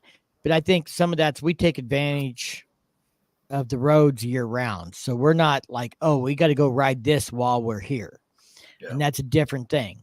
Some people want the buffalo chip experience. Some people want to have a private, more secluded, quieter type campground facility. They don't want to have people rev bombing and rolling around all night. So different people have different needs to enjoy the experience and stuff. So you really got to have some context about what's the best, what you're looking for to know what's a better rally for you. Yeah. I've always said Bikefest, how we run our run every day. We get up in the morning, we go do our run for, till noon, whatever, 1 o'clock, 2, whatever it is. And then when we get back into town, we hit one of their kick-ass pool bars. There's a number of really fun pool bars where, they got the music going and it's just like you're in the Caribbean and it's a fucking blast. And then, you get ready for dinner, you have dinner, you go out, maybe you catch some music at one of the bars down by Bagnell Strip. That's a perfect day for me at Bikefest. And then you could even throw in the shopping for the women, tons of shopping, and you got the lake. So if you want to rent some jet skis or a pontoon boat or do a boat excursion, you got all those options at the lake. And it's all right there. So Rod said I spent way too much money, but I mean, he saved at least $7 by not buying me a drink for my birthday. Because rumor has it. So yeah, but there are, out around Meta, from Eldon to Meta and back in through there through Taos and stuff is some great riding. Yes. Really beautiful stuff to roll across there. Really enjoyed that ride. You can cut back down to Crocker and back in around through Montreal and back up to the lake on some really nice roads back out there, 2-lane stuff. So there's, and that's not even getting on the west side of the lake over there, where Whiskey Dick's is and, all that, and there's, I was going to say, I think it's Highway 7, from the Glory Hole bar. Yeah. Out to Warsaw. That's a kick-ass run. And just, okay, let's just throw a few of the names out there that's around the lake. We've got the Glory Hole. Hole. Climax Springs. Okay. Big Dick's halfway in. Big Dick's halfway in. We got Whiskey Dick's. The Horny Toad. Horny Toads. The Ice Hole.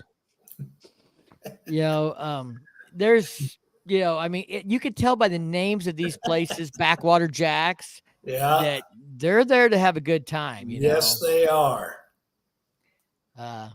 Lake Ozarks is the redneck Riviera. Yes, it is. That is exactly right. And then they've got that huge complex that they're going to start building right there off the bridge. A small theme park, hotel. Is there a casino? They're working on a casino at Lake of the Ozarks. They don't have one yet. So, once they put Highway 54 through and bypassed the strip, the old highway, that's why it's blowing up down there, in my opinion. And I think it's just going to get bigger and bigger. Well, and Jeff says Encore and the ice holes, all you need to know. He's right on. But there are, I mean, literally 100 bars at the lake. And I'm not talking like little hole in the wall bars. Yeah. There's a 100 bars. The Dam Bar, Alley Cats, used to be Beavers, now it's Neon Taco. There's stuff all up and down the Marty strip Birds. There. Marty Birds. Yeah, you can go there and find where the bullet holes are from the bike Casablancas. There's a shitload. What's the military line? Fubar? Yeah, Fubar. And then there's a whole bunch more out on the lakes themselves. If you're not local, you wouldn't even know how to find them. Yeah. You got to go down a half mile or 3/4 of a mile off the main road on some little back road. Yeah. And suddenly you pop out at a lake bar that's got docks that people pull up on their boats at to stop and eat and drink and then roll on down the lake. When we do the loop run, we always stop in at Coconuts because when it's kicking, my God. Captain Ron's, Redheads. Yeah. The Cave Bar, which is fairly new. So, different venues have different atmospheres. You know, which one's better really depends on what you want to do. But if you want to do riding, I really would have to say Northwest Arkansas is the place to be. For me, and maybe I don't get to ride those roads all the time, but they are the place to be.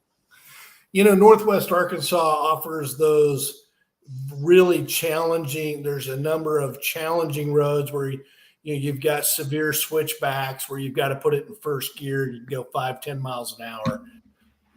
The Lake of the Ozarks area doesn't really have that, and I would say that's the difference. If you're looking for nice sweeping roads that you still a little bit of a challenge, but you can take them at speed. Lake of the Ozarks kicks ass. Yeah, Bikefest at Lake of the Ozarks as a rally. We're talking about both rallies, and we're kind of talking about the differences between them. But Lake of the Ozarks is, like Steve said, doesn't have maybe as technically difficult roads, but it has beautiful scenery roads, kind of like the Pig Trail Road, where you've got 20, 30, 40, 50 mile an hour sweeping turns. Beautiful scenery, pop out on a mountaintop overlooking a river. And then you cross that and you roll through, 4 miles of national forest and then pop out alongside some farmer's field on a ridge top looking out over 5 miles of scenery. Yeah.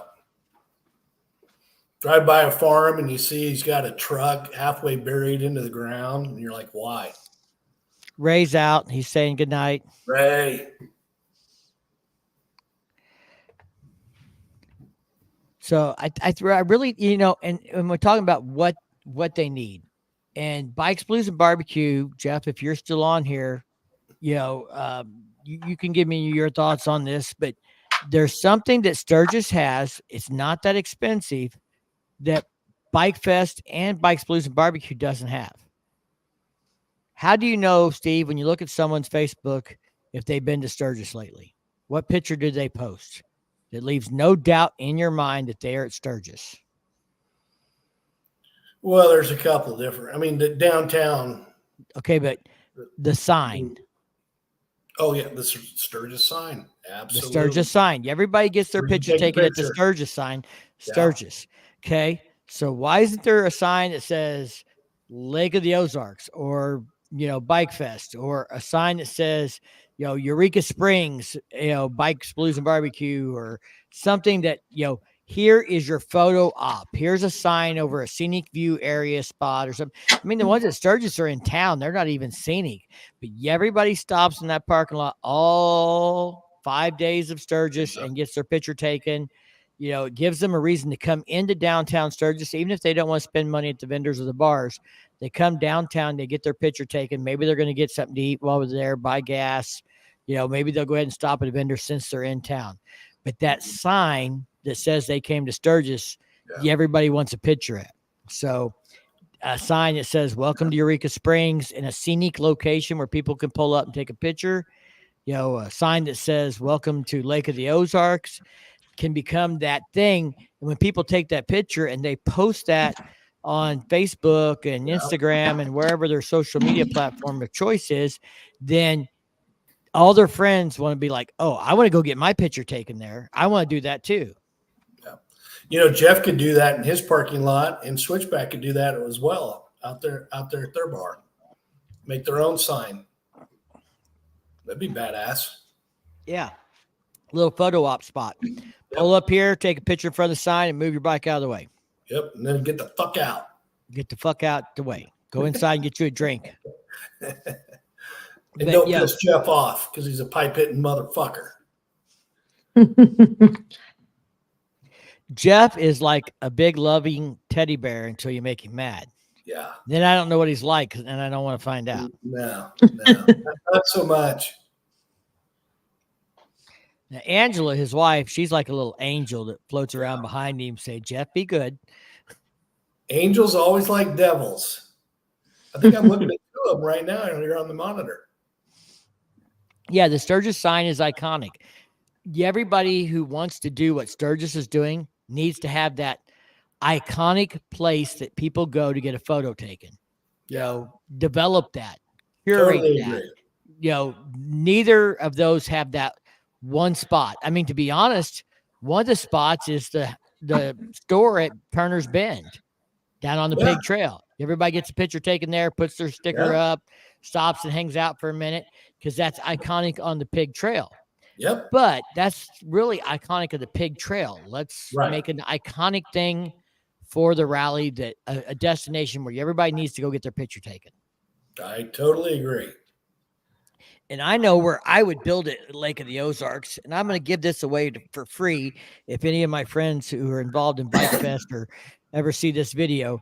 Across from the Rustic Rooster, there's a public pull-off parking lot where you can see out over the lake. It needs a little bit of landscaping and manicuring to make sure that the trees and the grass don't grow up and you get a good view of the lake. But you could put a sign up right there, keep it manicured off the back side of it during tourist season, and you could pull right up there to the sign and get your picture taken with the lake in the background. Inside the city of Lake of the Ozarks, then the sign could say Lake of the Ozarks, and everybody could say they've been to Bikefest at Lake of the Ozarks. Is that Bagnell Dam area? You turn onto the business loop to go down there, but when you first turn onto that business loop, there's a restaurant on the right side called the Rusty Rooster. You can never get breakfast there because it's always full of bikes.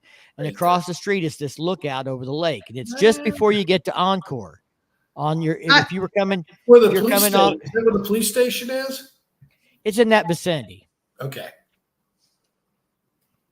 Up on the top of that hill up there, there's a gas station before the kind of scenic area. There's a little scenic outlook, and then around the corners, there's some more buildings and I think the police station and stuff in there.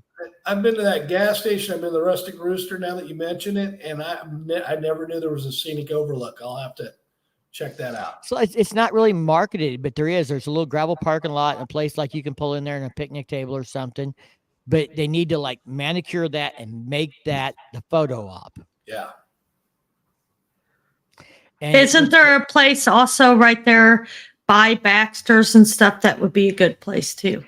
That is, but that's probably commercial property that is to be sold or something else. This is like a little pull-off public probably parking where they could do that and not have to worry about buying it or paying it for somebody for it. Yeah. Mm-hmm. God damn it, we're smart. I gave that one away for free. If you want more marketing advice, Bikefest, you invite me to a meeting.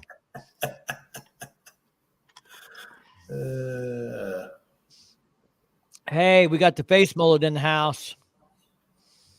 Face mullet. Dallas. Where's the Honda? So, do you think, did you get any feedback from the vendors at Sturgis about how the rain affected them? No. I really did. You know, I saw him early, and I saw him on Wednesday or Thursday morning. So I'll give you some feedback I got in just a second. I think Jeff says we'll see y'all soon. I don't know if he's signing off, but we love you, Jeff and Angela. We'll see you guys soon. Good people there. So Tuesday or Wednesday, we were in Sturgis after it had rained for 2 days. And I won't say which vendor because I don't want to call anybody out, but they told us that they had to order more inventory because they were almost out of everything. Because the rain, people didn't go out and ride. They went and shopped and they bought shit. And so by end of the day, Tuesday, after all the rain, some vendors were like, I didn't have enough inventory. Rod said, I bought shit all daily. Rod, alcohol doesn't count. You have to buy like products you can take home, not something you piss away. Now, Friday, I was fortunate enough to stay at the Hotel Sturgis, which is, as you know, is right downtown, right in the heart of Main Street. Yeah. And of course it rained all day. So I sat there in my room, but I was looking out the balcony and there was still a lot of bikes and a ton of people partying. So, the rain might've been a plus depending on what vendor you are. Yeah. Rod said he got new lights and a new stereo. So those kind of count. He spent money on those. Rod, you did do Sinister Sound, right, bro? I'm checking here. I'm calling you out. I'm big on Custom Dynamics lights. I love their lights. I love Sinister Sound's audio, but there were a lot of great vendors there. I got to talk to the guys from Legends about a project I'm looking at doing. They kind of talk to me about their product, what their warranty is, how things work, what they do when they rebuild shocks, and if you have a warranty issue, how they go ahead and upgrade that shock with any new technology, things like that. Anything they've developed since you originally bought it for that shock gets incorporated in when they rebuild them if they have to do a repair on them. Lifetime warranty. I talked to Brian Clock at Clockworks. It's always a pleasure to visit with that guy. He is so humble. He does so much for the motorcycle industry. He works with creators. He works with builders. He builds bikes. He promotes events. He is just, he's neck deep in anything motorcycle related. He's everywhere all the time doing something for the motorcycle industry. Brian's amazing. It was a pleasure to talk to him in person. I've talked to him on the phone before, and he's talking about maybe, wanting to do something with the bride-to-be's bike. Ooh. Something. So we'll see how that turns out. We got to get together and talk, but there might be some changes for the Sport Glide in the future. If Clockworks and I are going to get a chance to work together on it. And, Sinister Sound, brother. Absolutely. That's the system. Dallas said, congratulations to the lucky host and hostess. So thank you. And they're not talking about you, Steve. I got to take you out. Just sorry. Damn it. No. I thought I had a shot. Red's Ride this weekend in Washington. We have a Freedom Rally meeting this weekend on the other side of the lake, Bill. So Saturday, that's where we will be. And Sunday is to be determined, but I may have to go help my daughter get the last of her stuff moved in. She's off back to college. So congratulations, you crazy kids, Rod said. Thank you, Rod. Rod's a lot of fun. I expect to see him at Bikefest and Bikes, Blues, and Barbecue. Just remember, when you see Rod, it's his birthday, and he's happy to have a birthday shot if you're buying. Doesn't matter when you see him, it's his birthday. Rumor has it. I was going to talk about Brian Clock. I mean, out of all the business owners in the motorcycle aftermarkets world, he's arguably the best at marketing his company. He gets it. He's very accessible. Visited with him several times at Sturgis, and he's always greets you with a smile, and he's willing to try to help. Can't say enough about him.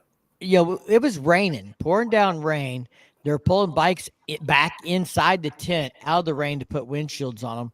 And Brian is in there sizing people and fitting windshields and explaining things to them, just like anybody else on the team. If you didn't know who he was, you'd have no idea that he owns the company and not just an employee, because he's in there working with his team just like they're working. We've met some of the guys on the team at Bikes, Blues, and Barbecue and bought some products from them and stuff when he wasn't there. But at Sturgis, he's in the tent working just like anybody else. If you didn't know who he was, you'd have no idea he was the boss. Yeah, he's over there with a screwdriver in his hand, putting windshields on like anybody else. Yeah. Dallas thinks, Steve, that it's your car that's holding you back, bro. I wish my motorcycle went as fast as my car. I wish your car had as good suspension as your motorcycle. So is Dallas going to make it to any of the rallies this summer? Yeah, that's a good question.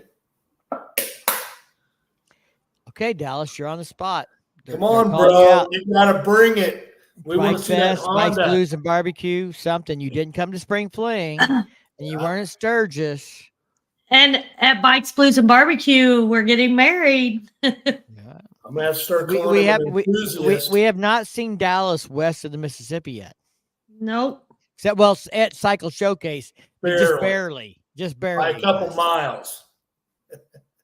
Rod says, I'll see you guys soon. 4 a.m. comes early. That's true. Don't worry, Rod. I've scheduled a text for 3 a.m. to ask you how you're doing. Especially when he's been drinking all day because it's his birthday.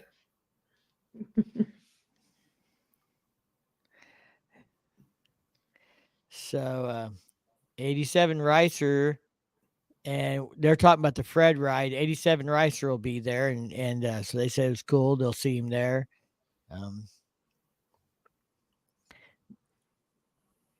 Rod said LOL. What you got? I do have a bone to pick or to vent. So, as I mentioned, rode all the way through Kansas, rode all the way through Colorado, Wyoming, and a good chunk of Montana, and to get to Sturgis. And all I have to say is, why in the fuck are all these gas stations have different pumps? Why isn't there a universal pump? You pay, it processes your payment the same way every fucking time. I want to know. It's a conspiracy. It should be illegal. And it was a massive pain in the ass because every time we go to a fucking pump, you had to figure out how to work the son of a bitch. So I got one better for you. And hey, JS, who's in the house finally, he's been, hanging out somewhere else probably, but he's finally here. So we went to one gas station and they had like their normal gasoline pumps with no diesel on them. And they had 3 octanes on them. Yeah. One of our buddies pulled up at one of the pumps that has gasoline or diesel, and he only had 1 octane choice at that pump. Yep. I had that. I had every fucking option you could think of. Did you have an option for, I'll not say one time. So this was kind of funny. So I'm just getting pissed off. The further we go into our trip, the more I'm getting pissed off. So we're in this little shitty town. I pull in, I go up to the lady. I go, she goes, "You all right?" And I go, "Well, not really." I said, I had to get 87 and I wanted 91 for my bike. She goes, "We have 91. I said, "I couldn't get it to work." And I'm pissed, but I'm staying fairly calm. I mean, I wasn't making a scene, but she goes, "Oh," she goes, "Yeah." She goes, "Did you notice there was a pump on your right and a pump on your left. I go, oh, you got to be shitting me. I said, I figured that was diesel. She goes, no, there's a single handle for 91. I'm like, what the fuck? I was ready to go postal, man. I'm just getting pissed. I'm still pissed. Well, I'm leery of getting gas at a Casey's, because the Casey's in our town has 87 octane only. Period. That's it. That's all they got. No choices. 87 octane. So I never get gas at Casey's here. And when I see a Casey's on the road, I'm always a little leery because they're not the same. So there'll be a Casey's on the road that'll have 87, 89, and 91 or 93, and then the one in this town's 87 only. And again, it's a franchise deal or whatever, but there is a lack of consistency between them. I'm pretty sure we hit Casey's in Canyon City, Colorado, and that was how it was. All they had was 87. They had fuck you in the ass gas. Oh my God. Seriously, it can't be that fucking hard. And then one gas station was kick ass. And I've never seen this before. And I swear to God, I hope they all go to it. They had the lever to pour your gas was, you could easily ease it up to get more gas to come out of it. You know how usually you got to either stick it in those slots or it's just a bitch to get it. You barely try to do it. It comes pouring out anyway. This one actually was easy to handle, and you could slowly pinch your the pump handle, and the gas would come out faster and faster. I was like, this is badass. So I had one good gas experience. So Jamie Roberts from Bucyrus, Missouri, I believe is where he's from, where the cows are afraid and the men are men. And so he's a good friend of ours. Jamie said, congratulations, lovebirds. We missed him at Sturgis. He left about a day or two after we got there, but he was up there also. Independently owned fuel stations who use their own oil companies for more profit. Always ease it in. Okay. Yeah, always ease it in. You got to quit just jamming on it. Yeah. No wonder I'm single. Keep jamming it. So I've heard that before. But better if a pump has a separate hose for 91. Otherwise, you get diluted gas for what's left in the hose when they stopped it. And on a motorcycle, that's a maybe a larger percent because you're only going to get 3-4 gallons, not 36 gallons. Jay said you're doing it wrong. You're supposed to jam it in the hole and pump like hell. Obviously, Jay is younger than you, and he has a different perspective on it. Yeah. You would rather walk down the hill and get all the cows instead of run down the hill and get one. Jay's nozzle probably works better than mine. He's younger. So we had another lady rider with us. I'm going to talk about her for a second. I won't call her out by name, but she doesn't ride a lot. She's rode a little bit the last few years. She has a little 750 Honda, and she was a little nervous about going to Sturgis because of all the traffic and all the bikes and all the stories you hear. But she was glad she went, and she went out and rode her 750 Spirit out there around Devil's Tower, and she did the Spearfish Canyon ride. Now, she did choose to not ride her own during Iron Mountain Road and Needles Highway, and that was probably a good choice for her. Yeah. Those roads are definitely more challenging and stuff.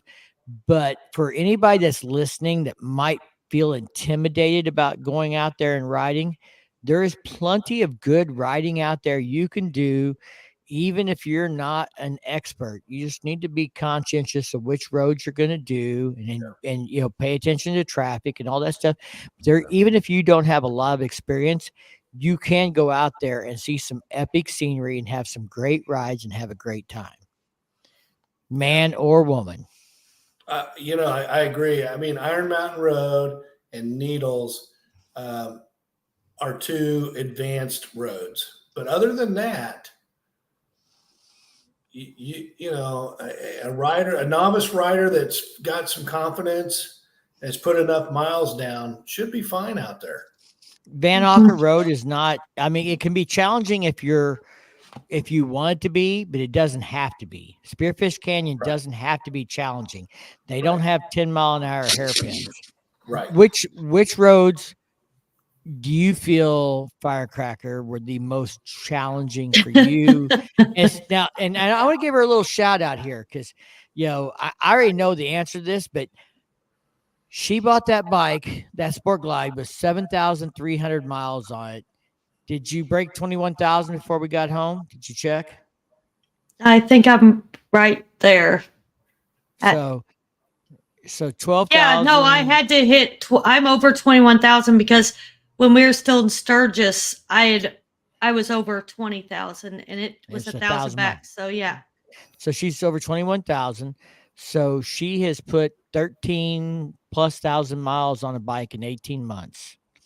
And, you know, she's rode to Stubborn American and back, rode it back in a day. You know, I mean, she didn't have to have a break. She rode the whole trip. She's rode Pig Trail. She's rode Northwest Arkansas, Highway 62 and the Golden Gate Bridge. And she went out to Sturgis and rode. What roads were your favorites and which were the most challenging? Okay, so I'm going to say the Van Auker. Is that what it was called? Canyon? Van Auker. Where we rode with the Harley guys out. Yeah. I really like that road. It Yep. had some real good, like, sweeping curves. I really enjoy those.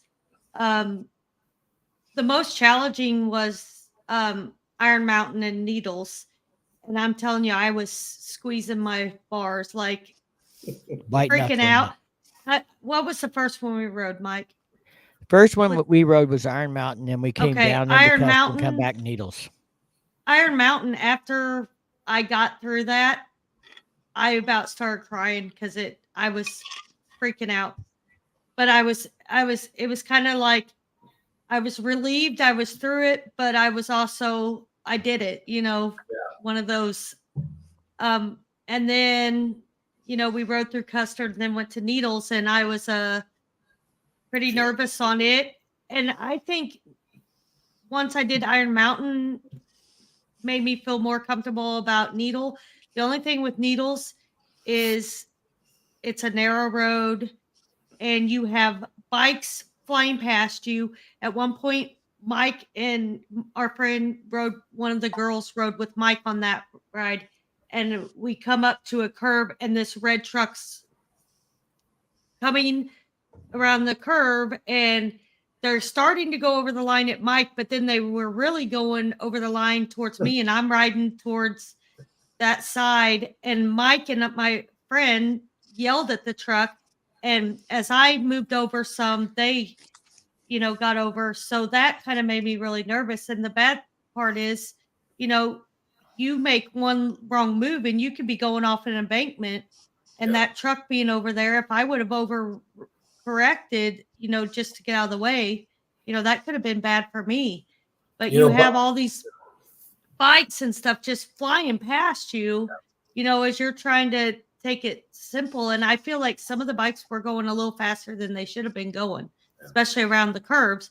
There was lots of them over on the wrong side of the road coming through there.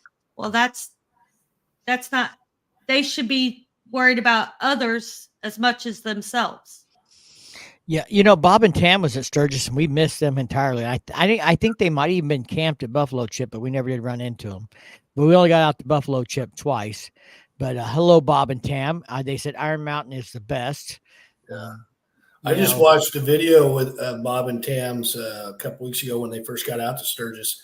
And to your point, and Bob's right, when you're doing Needles in Iron Mountain, for sure, try to hang on that right-hand side of the road, because there are a lot of guys that can't handle those curves on a bike. And then those trucks, no matter what they try to do, it's tough to stay in their lane. So to your point, that's a real issue. And I always try to stay over to the right-hand side of the road when I'm making those switchbacks. Yeah. And, you know, I mean, the point where we yelled at the red truck, he he was 8 to 10 inches past the yellow line in our lane with his tire, not with his fender, his hood, his grill, his bumper. The tire alone was, in a turn. So the front bumper's even further out, but the tire Right. back, 3 feet was 12 inches over. And, I know she's right behind me. So I'm probably a little likely to overreact, but I yelled at them in a very, very polite way to get the fuck off my side of the road. Quite literally. And, but I mean, they were not making the effort that they needed to stay on their side of the road and at a speed where they could ensure that they could. And if they're out there in a truck on Iron Mountain Road and Needles Highway in the middle of Sturgis, they need to be doing everything they can to keep the bikes safe and to not be in their way. Yeah.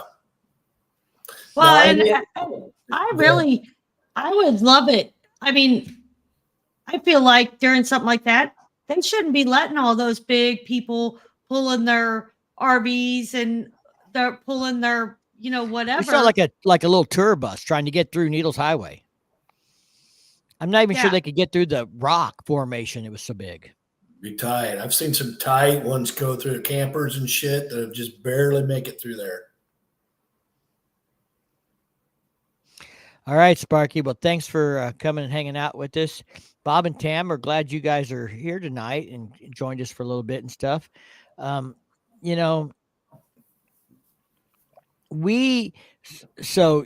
Bob and Tam said earlier in the better for Iron Mountain before 9 a.m. leads less traffic. Absolutely. We left the house at 8 a.m. to go do Iron Mountain and Needles. Now, we were on the south side of Lead. It took us a while to get down there. But the traffic this year, we went on a Thursday to do those roads later in the week when some of the people are starting to leave because they've got a 4-day ride back to getting back. And, it was definitely much better this time than it was 4 years ago. 4 years ago when we went, the day we went was, Monday or Wednesday, and there was a lot more traffic. And of course, the weather had been better. Yeah. I think, this year the weather played havoc in a lot of ways. People didn't go ride till later in the week because the weather was bad. I think some people pulled out early because they were just fed up with the weather and left. Well, that's how I got that hotel room at Days Inn because somebody bailed out on their reservation. So well, and those two were my most challenging rides, but I did them. Mike told me he had no doubt I could do them. And I went in with a straight head. You can do this. I was trying to keep myself from overthinking things, and I did it, but it wasn't like I'd rather go on a road that's sweeping curves that is a little more fun than challenging, that I just don't find that as much fun. It was neat to say that I did it, but it's not going to be top on my list to do again because I'd rather be on the roads that I can enjoy and not be worried about having an accident on. So yeah. I did ride probably the most challenging ride I've ever done in Colorado, Trail Ridge Road, which leads you from, if you're coming in from Granby over to Estes Park, the switchbacks there were as severe as I've ever seen, where I'm literally getting ready, I'm in first gear, I'm going 5-10 miles an hour, and I'm getting ready to make my switchback turn. And what made several of those as tough as I've ever had is I've never seen such an incline on the switchback. And it's been a while since I've been intimidated, but a couple of those switchbacks intimidated me. So for anybody out there that's thinking about doing that run, which it's probably the most beautiful run I've ever done, even better than Beartooth Pass. Just know that you really need to be able to maneuver switchbacks if you want to do that run.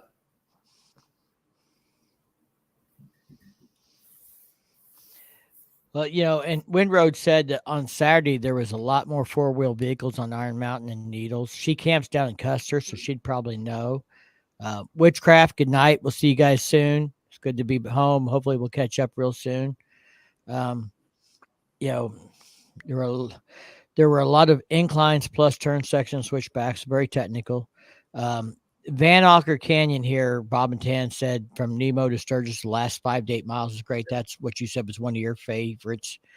But where else did we went past Nemo though to go to we that went all the lake. way. We went all the way Yeah. down to Pactola Reservoir, and there's there's a few miles in there before Pactola. You hit 385, have that little turn back up to 16A, I think it is.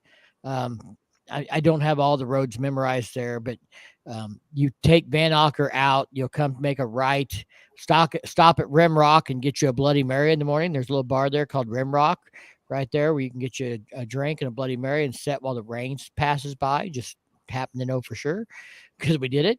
And then you go on down and hit 385 and turn left and go down to the reservoir. That was nice. Trail Ridge is the best. I don't know what Trail Ridge is. Jack's keeping some kind of secret from us. Do you know what it is, Steve? Well, that's the road I just referred to that leads into Estes Park from Granby. It's a state park, or so, we had to pay a fee to ride it. It's known for being the longest road that stays over 11,000 feet, I believe it is, in the United States. So you're up there. Just the panoramic views were amazing. You had everything from, easy maneuvering, where the road was not challenging, to those switchbacks, which I would say were the most difficult I've ever done. Think about the Arkansas Dragon, how tough those are. These were a fair amount tougher because of the incline. So Bob and Tam said that they're getting up early and heading back to Arizona. I just asked them if they're coming to BBB. They were not in here earlier. I don't even know if they heard the big news, but I know they do come to BBB some. So I was going to find out if they're still in there. I think they were there last year. They were, and they've been to Spring Fling and they've been to Bikes, Blues, and Barbecue. So, to Bikefest, on occasion. So, anyway, I was just going to let Bob and Tam know that if they come to BBB to holler at us, we're going to be down there. We'll be at Bikefest. I don't know if they'll make that one and stuff. But Jack, if you came late to the show, you should go back later and maybe rewatch some of the comments we made about Bikefest. I don't know if you'd agree or not agree, but it'd be interesting to hear what you think if we get a chance to talk soon. I know you have a lot of interest in Bikefest and its success. And we were talking about the fact that not only does, Bikes, Blues, and Barbecue has this to some aspect. It has things to give people a reason to go ride an hour from Rogers. See, everybody doesn't just stay in Rogers all day.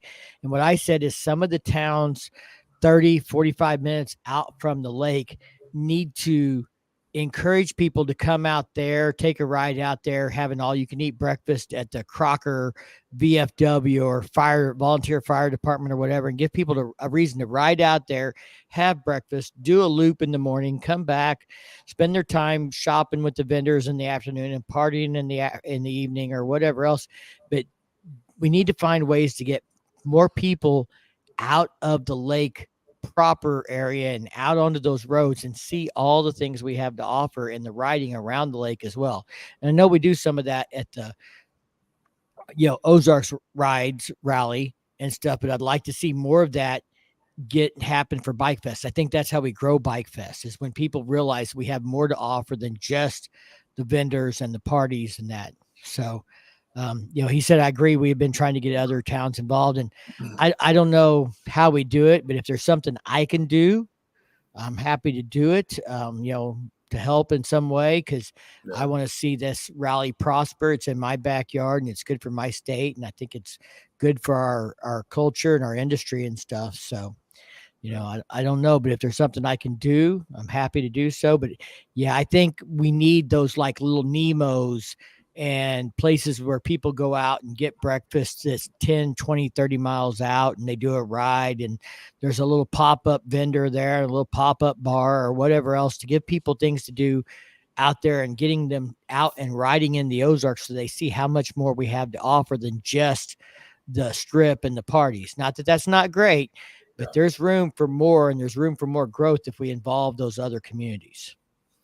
I just had a thought. I want to run it by you. So wasn't it last year where they blocked off the dam? So all you could do is go down and make a U-turn and go back up. Wasn't that last year? The dam was blocked. The dam was blocked off at one point for construction. Okay. Other than that, I don't know of the dam being closed. What they did do was stop car traffic. Yeah. So only bike traffic was allowed past basically Leatherman's down the strip and back to cut down the car traffic, which I think is a good thing. Now I want to throw a shout out here because I saw this name in the chat earlier and I wondered if it wasn't our friends. So let me go back and find their comment here. I didn't know they were up to this. So Wagonators Wacky Crusade. Do you want to take any guess who that is, Firecracker? Yeah, I know who it is. I didn't know they had a YouTube channel started. I didn't know they had one either, but. So I'm going to throw a link to their YouTube channel in the chat.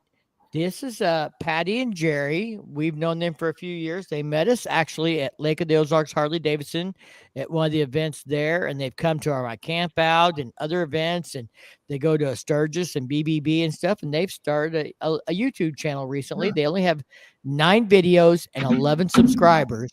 We have 27 people in here. It would be pretty awesome if we could double that 11 subscribers to 22 subscribers tonight for them. I agree. Yeah, I'll check them out. So I just clicked the subscribe, so they're now at 12. We got I'm 10 more going to go. So let's see if you guys can give them all a little shout out. Just Jerry and Patty go to events. They love to ride. She's got an Indian. He's got a Harley. They go to lots of stuff. They came to my camp out. They're good people. I can tell you that. Just check them out. See if you like them. If you're interested, you like what they've got, then give them a subscribe.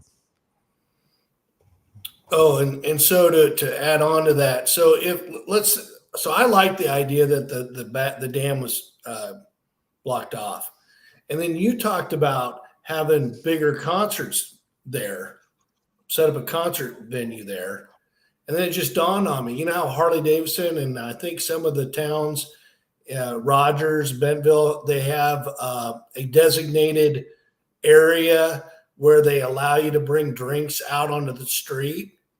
Mm-hmm. If all the bars on the strip were able to do that, and then that way people could come in and out of their bars and then go listen to the bands, that'd be kick ass. Well, they at one time had like a fence, and you couldn't cross the street with an open container, but you could walk down the sidewalk.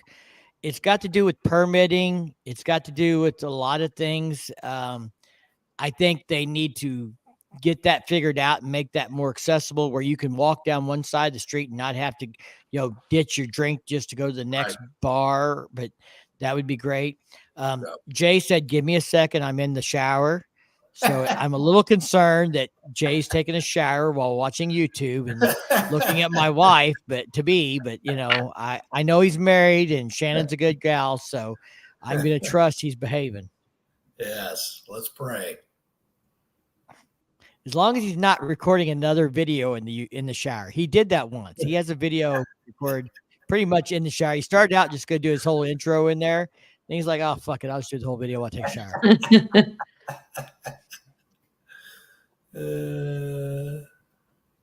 They said, "Thanks for the shout out. They just started the channel before Sturgis."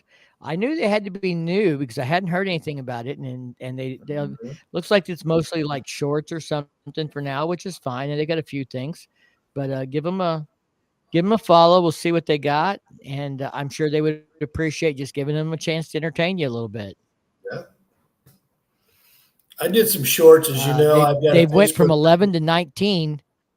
Yeah, we got to get 3 more. Yeah. They will have doubled their subscribers in one night. So anyway, yeah, I mean, I want to see Bikefest grow. I really think that Bikefest, Bikes, Blues, and Barbecue have a lot to offer. We just got to develop that. Bikefest is fairly young too. Now, Bikes, Blues, and Barbecues really, I want to say 22 years old or something. It's not a lot older than Bikefest. Yeah. It grew a lot bigger early on. I think they had the right support for that. But I think it's struggled the last few years, and I think that there's room for Bikefest to pick some of that up. With Missouri modifying the helmet law, I think that also helps. That was never an issue for Arkansas. So people who didn't want to wear a helmet went to Arkansas and maybe avoided Missouri and stuff. So I think we need to capitalize on these things while we can. I know firsthand, being in Kansas, a lot of the riders over here in Kansas would not go to Bikefest because they do not want to wear a helmet. And now they're all going. So, hey, Bates, you got anything going on Labor Day weekend up there where you're at? God, what do you know the date? I'm stupid on September 30th. Not that I know, because I'll be back from Bikes, Blues, and Barbecue. I don't. Yeah, it'd be September 3rd, 4th. No, September. It's before Bikefest, before Bikes, Blues, and Barbecue. Like it's 2 before. weeks, 2.5 weeks. Okay. Here in a couple weeks, like 2 weeks. Not that I'm aware of. Are you wanting to come up? No, we're just trying to find something to do that weekend. It's a holiday weekend. Right. Yeah, it's a 3-day weekend. There's a poker run at the Switchback, like a 150-mile poker run. There is also, and this is something we thought about. We had two things that I'm really kind of more interested in. I love the Switchback. Don't get me wrong. Right. It's great they're doing a poker run, but there's an event on that weekend that only happens one weekend a year. Springfield Mile. Do you know what the Springfield Mile is? I'm going to guess it's in Springfield, Missouri. No, Springfield, Illinois. Springfield, Illinois. You got to get your boots on and travel. Racing. It is the fastest mile on dirt. Ooh. Flat track racing. Ooh. And Springfield Mile is considered the fastest mile on dirt. I think was their, I think if he takes me, though, he needs to get me the VIP ticket so I can.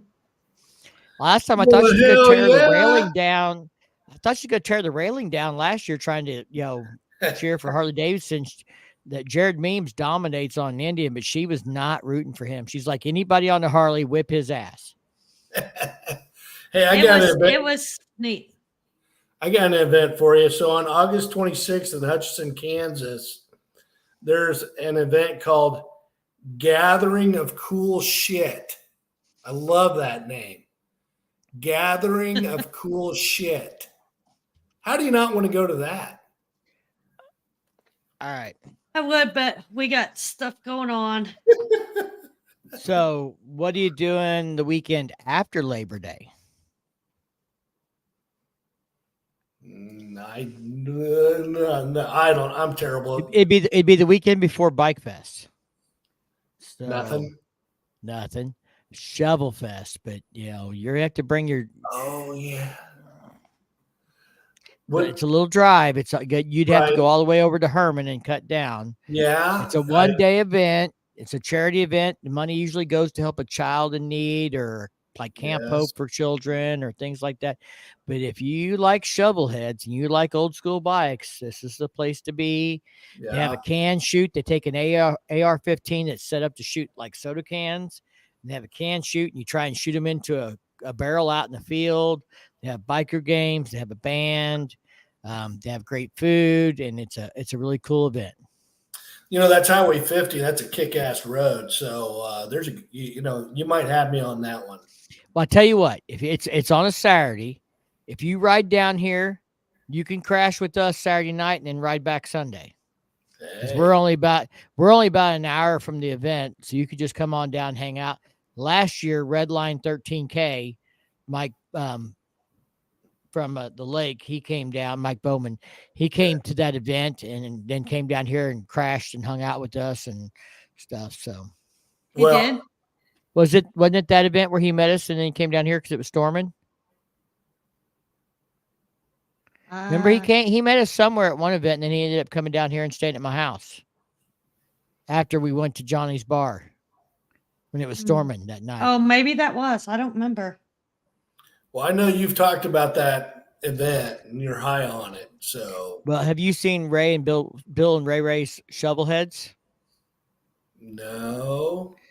So Witchcraft Cycle Works, they brought their shovel heads to Spring Fling. Red shovel head and white shovel head. He had it at the Ozark Rumble Rally. They showed their shovels in there. Bill usually pulls a trophy, but it's hard for him to pull first place or best in show because there are some really nice shovel heads in that show. Yeah. Oh yeah. So there's going to be some really good shovel heads in there. It's for a really good cause. We'll have a crew of 15 to 20 people show up. Okay. April will probably, be upset if they don't have jalapeno cheddar grits on the menu. They usually will make them for her, though. I'll send Arthur a message and make sure it's on the menu that day. So we know the owner and his wife. April will probably ride with Mike that day, so she can get her drink on. We're gonna see Chatty Firecracker, are we? Yeah, probably. You might see a side of her you haven't seen in a while. Yeah. Kansas is super flat on 70 and 80 all the way to Aurora, Colorado, and Wyoming. Kansas is super flat, period. Period. Compared to the Ozarks, it's just super flat. Somebody said, congrats to the honeymooners. We're not quite to the honeymoon yet. That'll be at the end of September, but we are engaged. 87 Ricer will be at Shovel Fest. He's almost always there. That might be the first place I got to meet him in person, but I know he bought me a drink there one time, so I owe him a drink. We don't really have a honeymoon. Every night's a honeymoon. We're gonna ride home from Eureka Springs on Sunday. That's our honeymoon. We're gonna do and our wedding night we're sharing a motel room with another couple. Okay. They promised to let us have the bathroom and close your eyes. They promised to let us have the bathroom for 10 minutes. I said that's all it's gonna take. No, actually, she said if you need, you just tell us and we'll go figure something out to do out in the parking lot or something. Yeah, so if I know they don't have any rooms left, but I'm gonna throw it out there. We're all staying at the Lando Nod Hotel during Bikes, Blues, and Barbecue. They have a big parking lot. We just pulled the lawn chairs outside and sit outside our room in the parking lot and drink and tell stories and lies about each other and shit like that. So if it's Bikes, Blues, and Barbecue and you're looking for us, if we're not at the Cat House, if we've already left the Cat House and headed back to the motel, that means we're in the parking lot at Lando Nod drinking. You just grab a bottle and come on up and say hi. Jay, the other couple is Vonnie and Kevin. You've met them.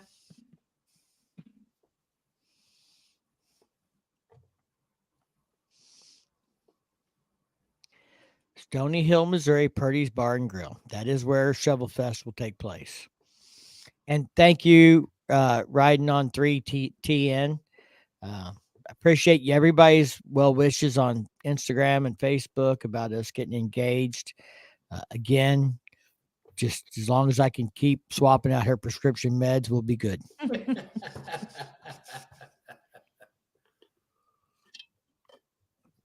As Monkey would like to say, I'm punching well above my weight class. Yeah. I just tell him I paid her optometrist to screw up her prescription.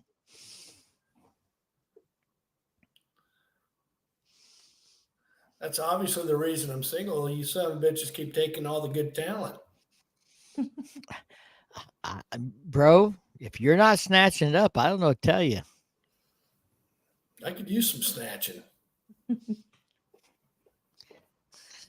Who can we set him up with? You sure you Oh, want to go no. there? You tried in St. Louis a little bit. Who were we trying to hook him up with in St. Louis? Wasn't she a cop or something? Oh, Betty Post. I wasn't going to say full names out here on the internet, but okay. Oh, sorry. I didn't Too mean late now. I just said it, not thinking. Man, God damn it, St. Louis was a good time. I'll tell it you was. what, I'm definitely going next year again. So are we. Are you bringing the hoopty? I'll He might still need to- be in the he- hoopty. He might need to upgrade to a van. After all the guys had fun with us. Hey, I wonder, we got to look that redneck limo up and see where the hell they're out of. So we're on our Yeah. way back. We're rolling across I-90 on Saturday afternoon. We seen it at Sturgis first. We saw this vehicle at Sturgis. It looks like an old like 70s Bronco that's been stretched, and it's got 4 doors on each side. So it's an 8-door vehicle with long horns on the hood of it, and the back glass that has their phone number on it, and it says Redneck 2. And apparently there was a Redneck 1 that somebody saw being hauled on an 18-wheeler trailer being hauled home. They're in Iowa. Battle in Creek, Iowa. Okay. So we got to find out what it takes to get them to Eureka Springs. But they have this like redneck limo that's like an old Bronco that's been extended and had doors welded onto it. Hauls like it, looks to me like it would haul at least 12 people. Sweet. And they have 2 Oh, they of got them. more of them. No, they got more of them. Hang on. Okay. Well, they got a whole Oh, fleet. Sorry. Hell yeah. So we should get them down there to drive us, chauffeur us around on the wedding night, and get them to Cycle Showcase. We'll give them some YouTube love and see what kind of discount we can get. Good job. That would be awesome to have them drive us around, and we roll up in the redneck limo. It's I think it fits like at least 12 people. Party. that would be all my friends and you, baby. Jay said I married up for sure. Well, Jay, I hate to say it, but I'd agree with you. But yeah, getting something like that, like a redneck limo or something like that down there to haul us around on the wedding night would be cool. That would We're be going badass. to do the limo. Yeah, but I think the redneck limo would be more fun. Well, it might, but I don't think they're going to come all the way from there to do that just for us. Jeff might have some ideas for you. Yeah, we'll have to talk to him. But yeah, for everybody that doesn't know, I'll be in St. Louis for the whole weekend in February. That is Super Bowl weekend in February. Cycle Showcase. We'll be back same time, same place next year. I think it's same place. We'll find out for sure, but it's the same dates. And that was an absolutely good time, and we will be looking forward to doing that again. I got up that Sunday morning, shot back to Kansas City, watched my beloved Chiefs kick some ass. It was a great weekend. So riding on 3 Tennessee's looking for dates for rallies next year and trying to make plans to get to and put vacations in for as well. May actually skip Sturgis next year. We don't know that we'll do Sturgis next year. I mean, here's the thing.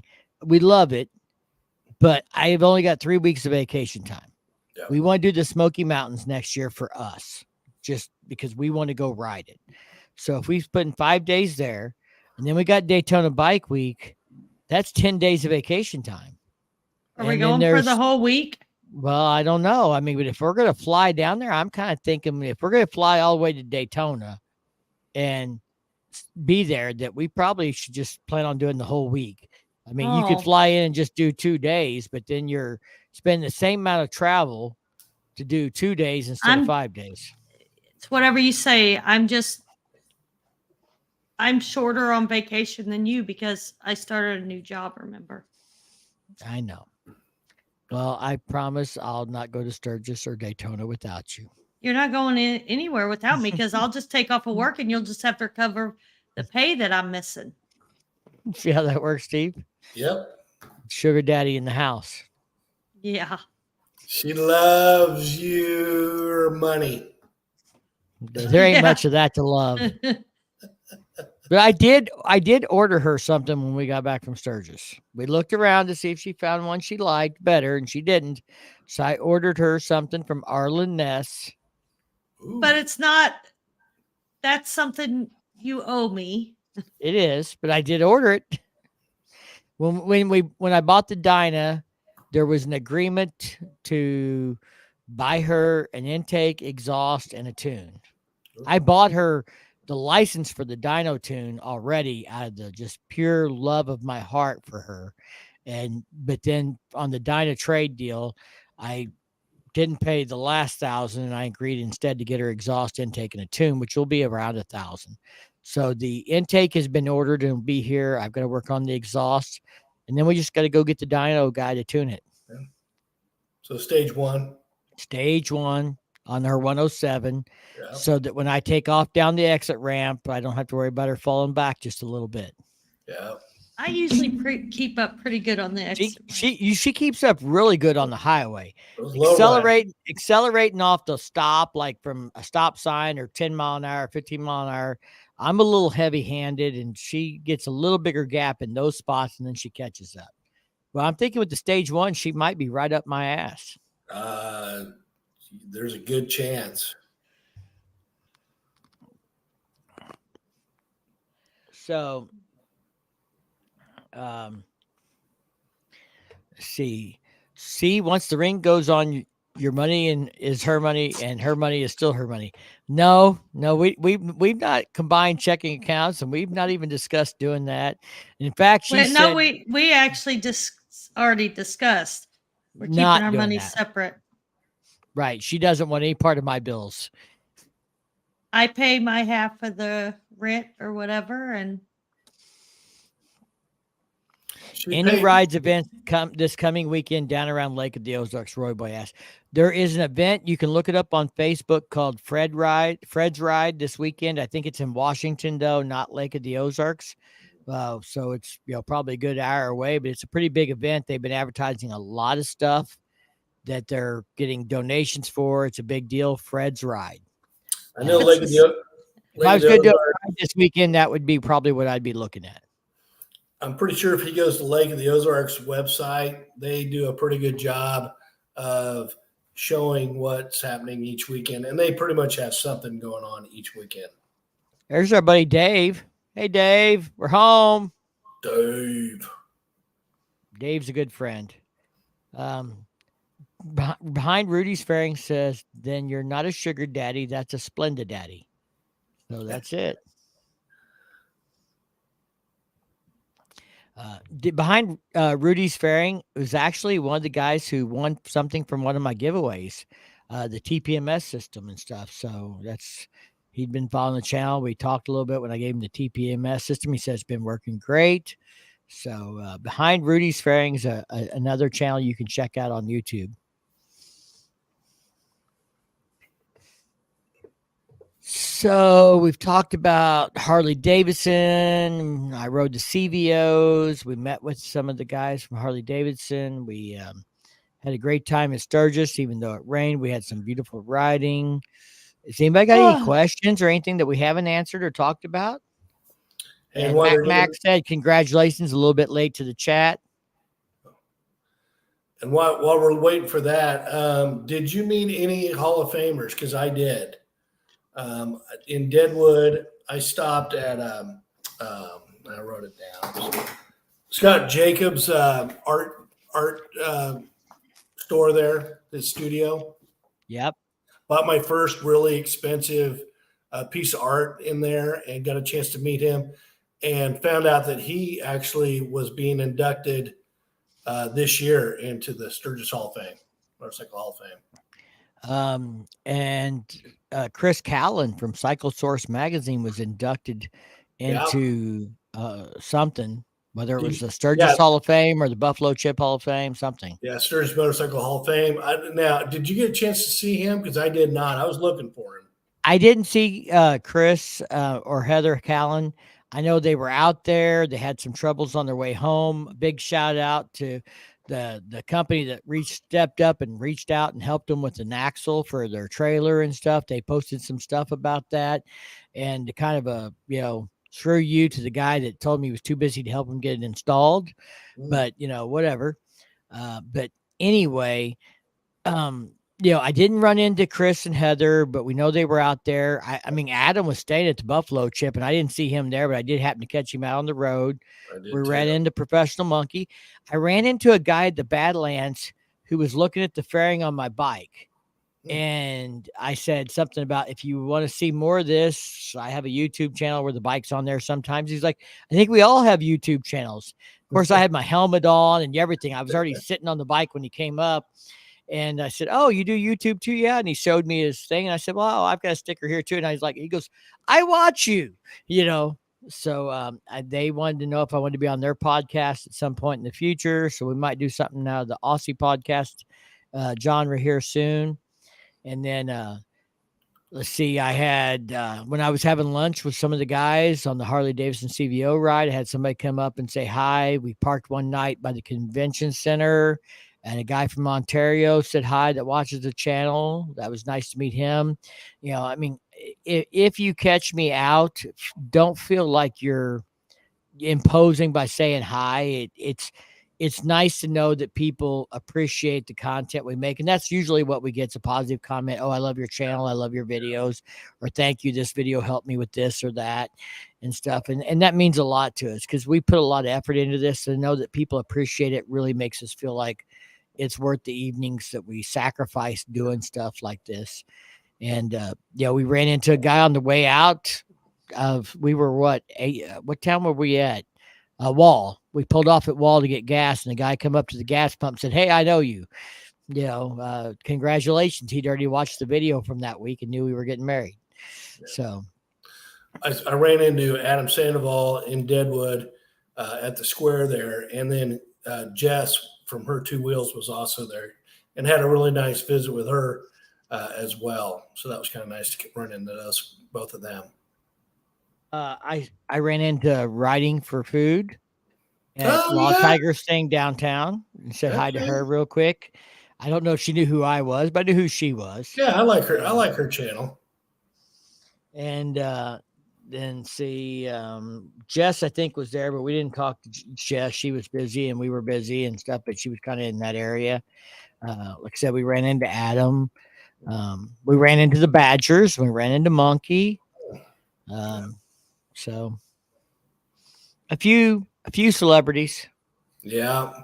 I tell you, Sturgis is just such a unique rally.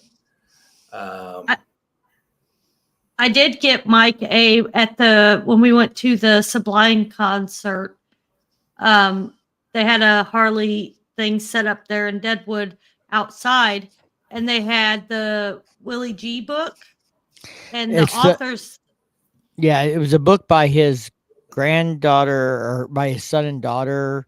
But Willie G had autographed it already. No, well, the authors autographed it. I think it's got Willie G's autograph in it, but it's by Karen and Bill Davis talking about him. And it had their autographs in it. Okay.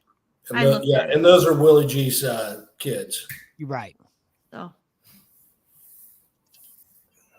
I've met both of them. Met both of them at Worth Harley Davidson. If not, we're going to find Willie G, and then we're going to ask him to sign it too. Damn, that'd be badass. I'd love to meet that guy. Yeah. He used to go to Sturgis and just be hanging out like anybody else. Yep. The one thing I still have not done, it's pissing me off, is I want to get out to Chopper Flats, which is 4 or 5 miles north of Full Throttle Saloon. And Sugar Bear started this little, I don't even know if you call it a campground. It's a field with some little buildings and some picnic tables up there. But he's supposedly there and ready to visit about choppers. And, he had that choppers show on Thursday, which, of course, I'd already left. But I would love to meet that guy. So did you see that Danny Coker's band Count 77 opened for Jackal? Are you talking about at BBB or at somewhere else? Because Jackal is playing at BBB. He said, did you get to see? Oh. Yeah, he was at Sturgis. So at Sturgis. No, I didn't see him at Sturgis. We didn't see Jackal at Sturgis either. We've seen them before. We didn't really do any concerts at Sturgis other than the Buffalo Chip on Friday night. I mean, we were pretty Friday night. pretty busy. Yeah. And that's why I say it's 4 days is really not enough to do everything. No.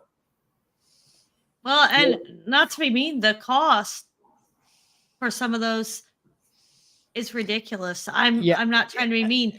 I mean, a lot of our friends would have loved to go, but that's just not in some people's budget. You're already having to pay out the ass for food and lodging, and people that want to go that never gone, and then some of the concerts, it was to get like $150 or higher to get in. People can't afford that. Yeah. Well, some people can, and some people do, and some people stay at the Buffalo Chip all week because that makes it affordable, or they buy an early bird pass to make it affordable. Right. So you just got to decide what's your thing. Concerts are great for us, but we really came this year.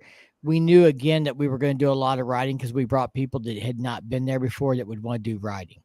I'd kind of like to have a week we go and we didn't have to do no riding because we've done it and we just hung out and got to see the bike shows and got to go to Full Throttle or that place, those kinds of things that we have not done before, because the riding does take a while out there because things are kind of far out. They're not all right there at Sturgis, but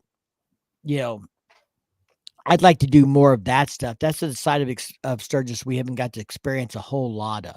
Right. Just like the concerts, there was a lot of the campgrounds that had them for free. And we actually thought about going to some of them with our friends. But by the time we were getting back or whatever from riding, and then we stayed so far out, I'm sorry, when I go to a concert, I want to have some drinks and I'm not going to risk getting pulled over and getting DWI. Yeah. So, and we still had to go from Deadwood to Lead to get back. So I got a question for you too. So there's Stoneville Saloon, which is where Titty Tuesday is, and then there's the Stonehouse Saloon. We visited about that in our last live, which is my favorite venue of everything. When you ask me my favorite place to go, it's Stonehouse Saloon. Were you guys able to make it out there? It's like 6 miles west of Belfouche. Were you guys able to make it out there? We didn't get west of Spearfish Canyon this year. Okay. Because of like our friends went west on Tuesday and we went to Sturgis and rode with Harley Davidson on the CVOs. Well, yeah, we didn't there. We didn't go out to Devil's Tower when they all went out there. We did that ride. Night, Jay. Tell Shannon night too. See you, brother. Yeah, and like we just said, I mean, there's so much to do. There is. If you take out from Full Throttle Saloon and you go like 15, 20 miles north, there's a farm who's created a lodge, and on the back side they have music and beer and food. And a couple years back in 21, when I went, one of the gals I rode with in our group went out there, and she said it was kick ass. It was really cool. So there's another spot I want to try.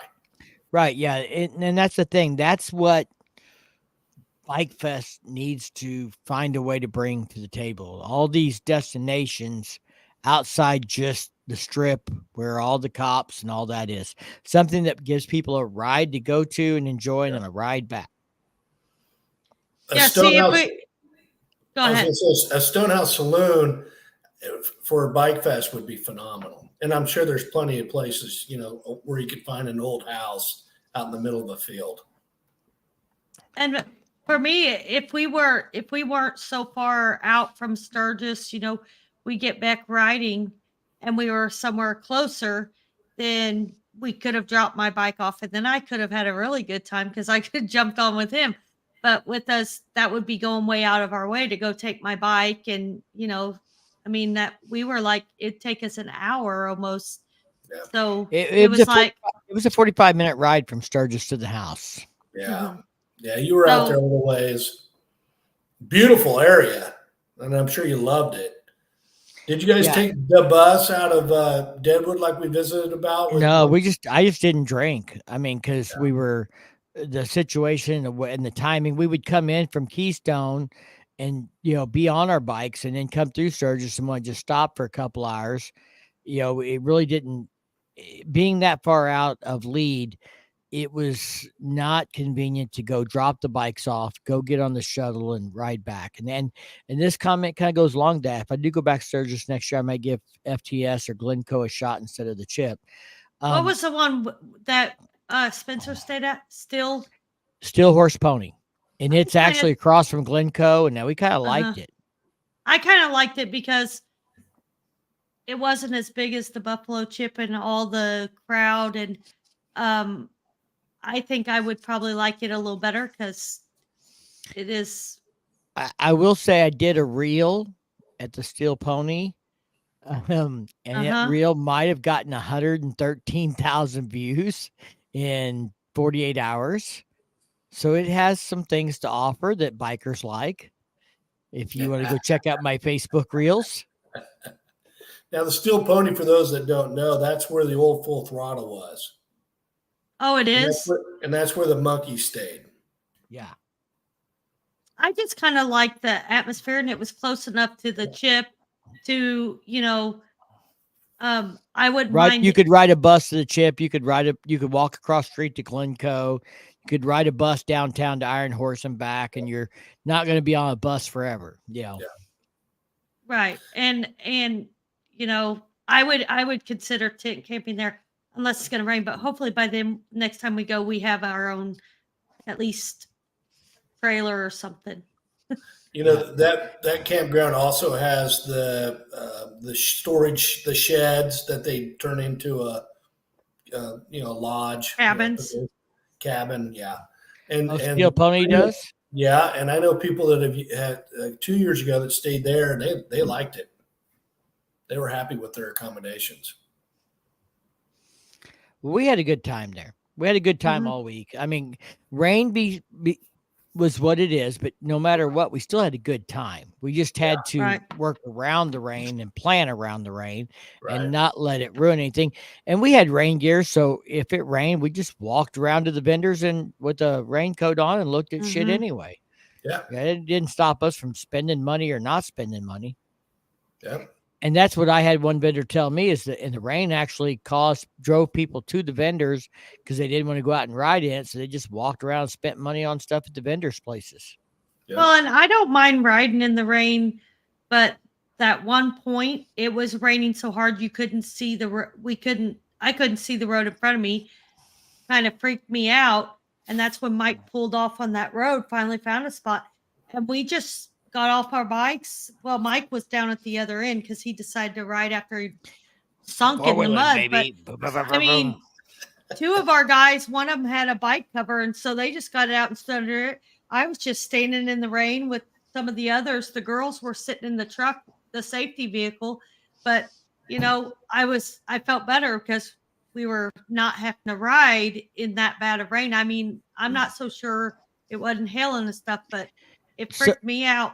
So we got a question in the chat, and I knew we would get this, and we actually did. So we knew this was going to come up. So Firecracker, tell them your perspective on the Budweiser tent. What do you mean, my perspective? We did visit the Budweiser tent. That's where the Clydesdale was. Oh yes. It was dead. Yeah, it was dead. But I don't know that they were offering anything to encourage people. It's not like they were giving out free beer. Right. It's not like, I mean, they might have been selling beer, but they weren't like trying to sell beer. I mean, but they weren't like most people when they were right there on the main side. So most people want to be on the main street, sitting at a bar watching the bikes pulling in and out off the street and stuff like that. They don't want to sit at the whatever street that was. If they were selling beer at the Budweiser, and I don't know that I'd call it a tent. They had a lot, and they had a tent with the Clydesdale in it. They had a little stand, and they had like a little stage in the back, but they didn't really have anything going on other than you could stop and pet the Clydesdale. Yeah. I really don't think they were trying too hard. And yeah, it was dead, but I don't think they were trying to fill it either. Now, I did see a video where someone with Budweiser apparently went into One Eyed Jack's and bought 300 bottles of Budweiser and passed them out. So they did make that effort. Well, they didn't bring me one at One Eyed Jack's because I'd have drank a free Budweiser over a $7 drink or $10 drink. Just Right? saying. Did you get spanked there? Did you let any of the pretty little bartender spank you, Mike? No, that would be Travis. We usually sign Travis up for the spankings. He likes it rough. All right.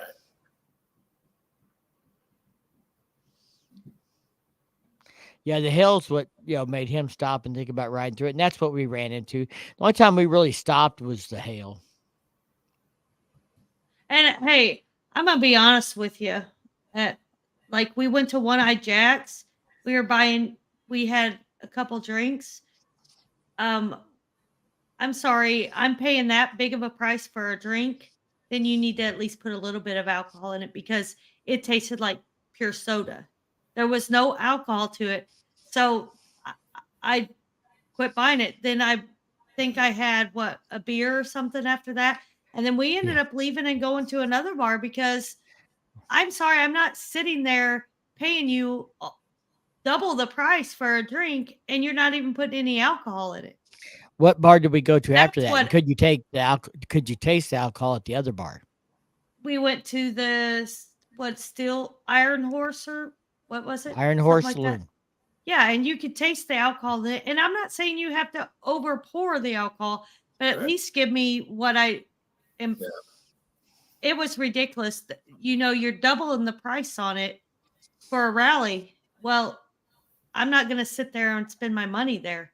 Just like another thing I was disappointed in is one night me and Mike went to Deadwood because I wanted to hit the Harley dealer there because I wanted to get a shirt from every Harley dealer that we went to. It was between 8 and 8:30 at night. We could not get anybody to let us get food. Dairy Queen was closing down.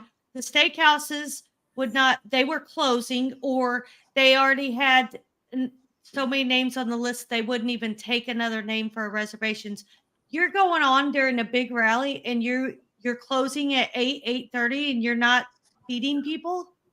I finally walked out of one of them and I was like, as I was walking out, I told Mike, I said, don't ever expect me to come to this town and spend money here again. I'm sorry. That's ridiculous to close at 8 or 8:30. People have been out riding all day. We hadn't been in town that long and we couldn't even get food. If we would have known that, we would have went to Sturgis and got food instead of going there. But we were going there to spend money and then we couldn't even, Yeah. And you're dead right. I've stayed in Deadwood every year up until this year. And it is in the later evening, it's hard to find food in that town. And yeah, I mean, they were all open. Sally's or whatever, that's 50s diner. I think they stay open fairly late, but they're packed because everybody's there trying to eat. Well, the one of the steakhouses, we went and she said, we're not sitting any more people on the inside, but if you can, we'll serve you in the outside seating, which is it's not under like cover, but we could go out there and sit if you could find a seat, but there was no seats there. Okay, you have tables open, but you're not going to let us sit there. You're closing the inside part down. That's the stupidest thing I've ever heard. Yeah. I was really disappointed in that aspect, especially look how much business they're drawing off of this, and you can't even, And it's 8:30 on a Tuesday night, and Sublime is playing in the concert square. So they got a concert going on with Sublime in it at 8:30 at night, and the restaurants are done. Well, then I was upset because on our way to the house at Lead, there was there used to be a bar burger Louis joint is called closed. Louis, they're closed now. I don't know what's. I thought somebody said it got bought out by somebody else and reopened, but it wasn't even open. You know. So then we went to what is the other pig place? The Boar's Nest at 8:30 Boar's told us Nest they were at a bar, 8:30 a biker told bar us. at 8:30 they were done. Yeah, Really? they wouldn't even. They didn't even tell us that. We pulled in. We get our helmets and everything off, getting ready to walk in. Two other people pull up on a bike and they come running out to them and telling them, "Oh, we're closed. We're not serving anymore. People, we're closed up." Didn't even have the decency to come out and tell us when we pulled up. So then we had to get everything back on. Oh, And God. yeah, But, I was. I mean, I'm sorry. Maybe I don't get it, but like where we are here in the Ozarks, if you serve alcohol, I mean, even on a non-event night, the kitchen's open till 9 or 10 o'clock. The bar's Please. open till 1. Oh, yeah. Almost always the bar's open till 1 here in Mhm. Missouri. And on a weekend, the bar is packed till 1 and the kitchen's open till 10 or 11. Oh, yeah. 8:30 is for us an event very early in the evening. That's not time you go home and go to bed. That's time when people leave. When I was 25 years old, we run the bars here in Missouri. We didn't go out sometimes till 9 o'clock at night. We didn't even Right. leave because that's when the band started, was 9 o'clock Right. at night. Right. And so maybe it's just what we're used to, but we found it, if we were out riding and we stopped at 7 o'clock and bought a t-shirt, checked out the Sublime concert and went to go have dinner, it was too late. Yeah. Deadwood has one chain restaurant. Do you guys know what it is? You rode by it every day. The Ranch Pizza place, Pizza Ranch, Taco John. Taco John's. Oh, Yeah. So they weren't even. It's the I only don't think chain they were restaurant open. in Deadwood. Well, there was in Lead, there was a Subway, but I don't even think Taco John's when we went by there wasn't even open. Yeah, we went by on a night before 9 o'clock and Taco John's was closed. That is, Yeah. yeah.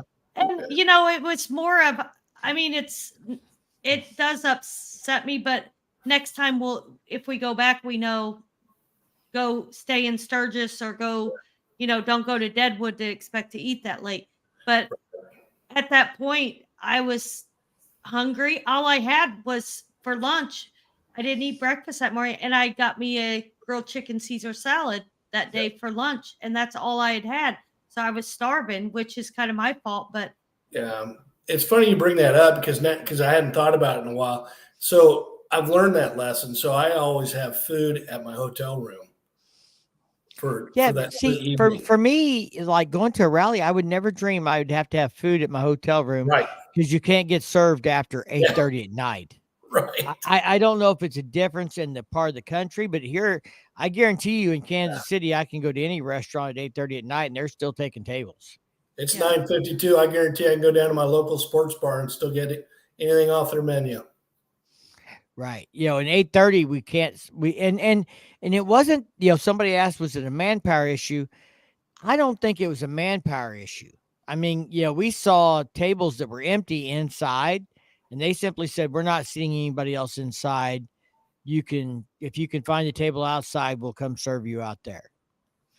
But they had tables inside that were cleared and ready, but they weren't going to seat us. Yeah. I think, I don't know. I don't know what the thought is, but like the Boar's Nest, when we pulled in there was 10 bikes and they were like, yeah, we're done. Were they still open to serve alcohol? Were they still serving drinks? Nope. They were closed before 9 o'clock. They were closing the bar completely. Holy shit. Yep. The only night they were open late is probably the Sunday night that we got there. They were open packed. late. And then but the rest of the week, it was like they got their fill of what they wanted. And So this might be part of the attitude, and I don't know, but remember I told you the vendor told me they were really busy the first couple of days because of the rain. Yeah. I wonder if bars didn't make a shit ton of money on, Saturday, Sunday, and Monday because of the rain. So they didn't feel like they had to work hard to make their money. because they'd already cleaned up in the first 2 days of the rally because of the rain. So then they were kind of like, whatever, we've already made our money. We don't have to stay open late. Now the one, so I'm not trying to stand up for the Boar's Nest, but I could see that being one place where they are having trouble with staffing because it's kind of out in the middle of nowhere a little bit. Maybe, Yeah, but how many of these bars actually pull? Like, we seen the girl from the Cat House, Mo, working at the Iron Horse or whatever. How many of these bars pull in girls that travel to rallies to serve alcohol? Yeah, you say Mo from the Cat House, but she's not a steady bartender at the Cat House. Cat House brings her in for rallies. Right. She works rallies. She's working Sturgis. There's a girl from Missouri at that Johnny's Hideout that's having a bike night tomorrow night who was somewhere in Sturgis. I saw a post about it. She was going from Missouri up there to 10 Bar and looking for a place to stay and blah, blah, blah.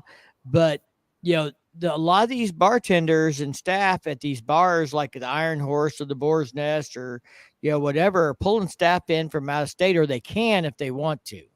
Yeah. There's a lot of the biker bars here in the Kansas City area. There's a number of those girls that go up there every year. So a lot of those bartenders are from out of state. Right. So I don't think it's a manpower issue. If they want to hire someone, they can.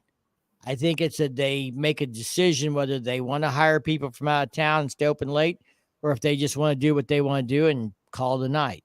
Yeah. Right. But but it was a learning lesson for us is the main thing. If we're going to be late eating, we probably need to get something at Sturgis or figure out ahead of time where we can get food.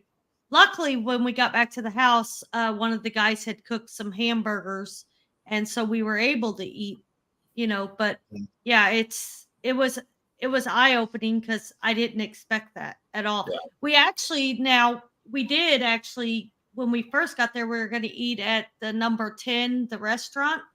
Yep. But every time we've been there, it's way over an hour wait, which it says directly on their thing, reservations recommended. Yeah. And so we didn't want to wait that long. So we decided to go down the strip. Well, we would have been better off just putting our name on that list, but. Yeah. Saloon 10, by the way, is an awesome bar. Well, see, we didn't go into either one of them, but our friends didn't realize there's two. There's the actual original, and then there's the, I guess, newer ones. What you want to say? There's the original location and the new location. And thank you, Dying Breed, for the congratulations. It's 10 o'clock here. We've been on for 3 hours. I'm going to say it's time to wind this thing down. We appreciate everybody that has joined us, and we've had a great conversation about Sturgis and what we did and what we learned, and hopefully that maybe helps other people. The CVO ride, the things that are coming up. Bikefest is the next big thing on our menu. Shovel Fest is a local thing, and then Bikefest. And then Bikes, Blues, and Barbecue, of course, could be a huge thing for us personally. There'll be more coming about both those events. If I can get somebody on the show to talk about them, I'm sure I will. We're going to try to do this again in 2 weeks. So everybody that's come out tonight, we want to thank you for being in the audience and participating with us and enjoying the show and hanging out with us. It means a lot to us. Appreciate all the support and all the people that came up to us and said hi. And all the congratulations are overwhelming. So thank you all. And I guess we'll see you in 2 weeks. We'll do this again. As long as y'all keep tuning in, we'll keep doing it. Go. Cool. Anything you want to say before we ride off here, Firecracker? Before we ride off into that sunset? It's already set. Thanks for watching, everybody.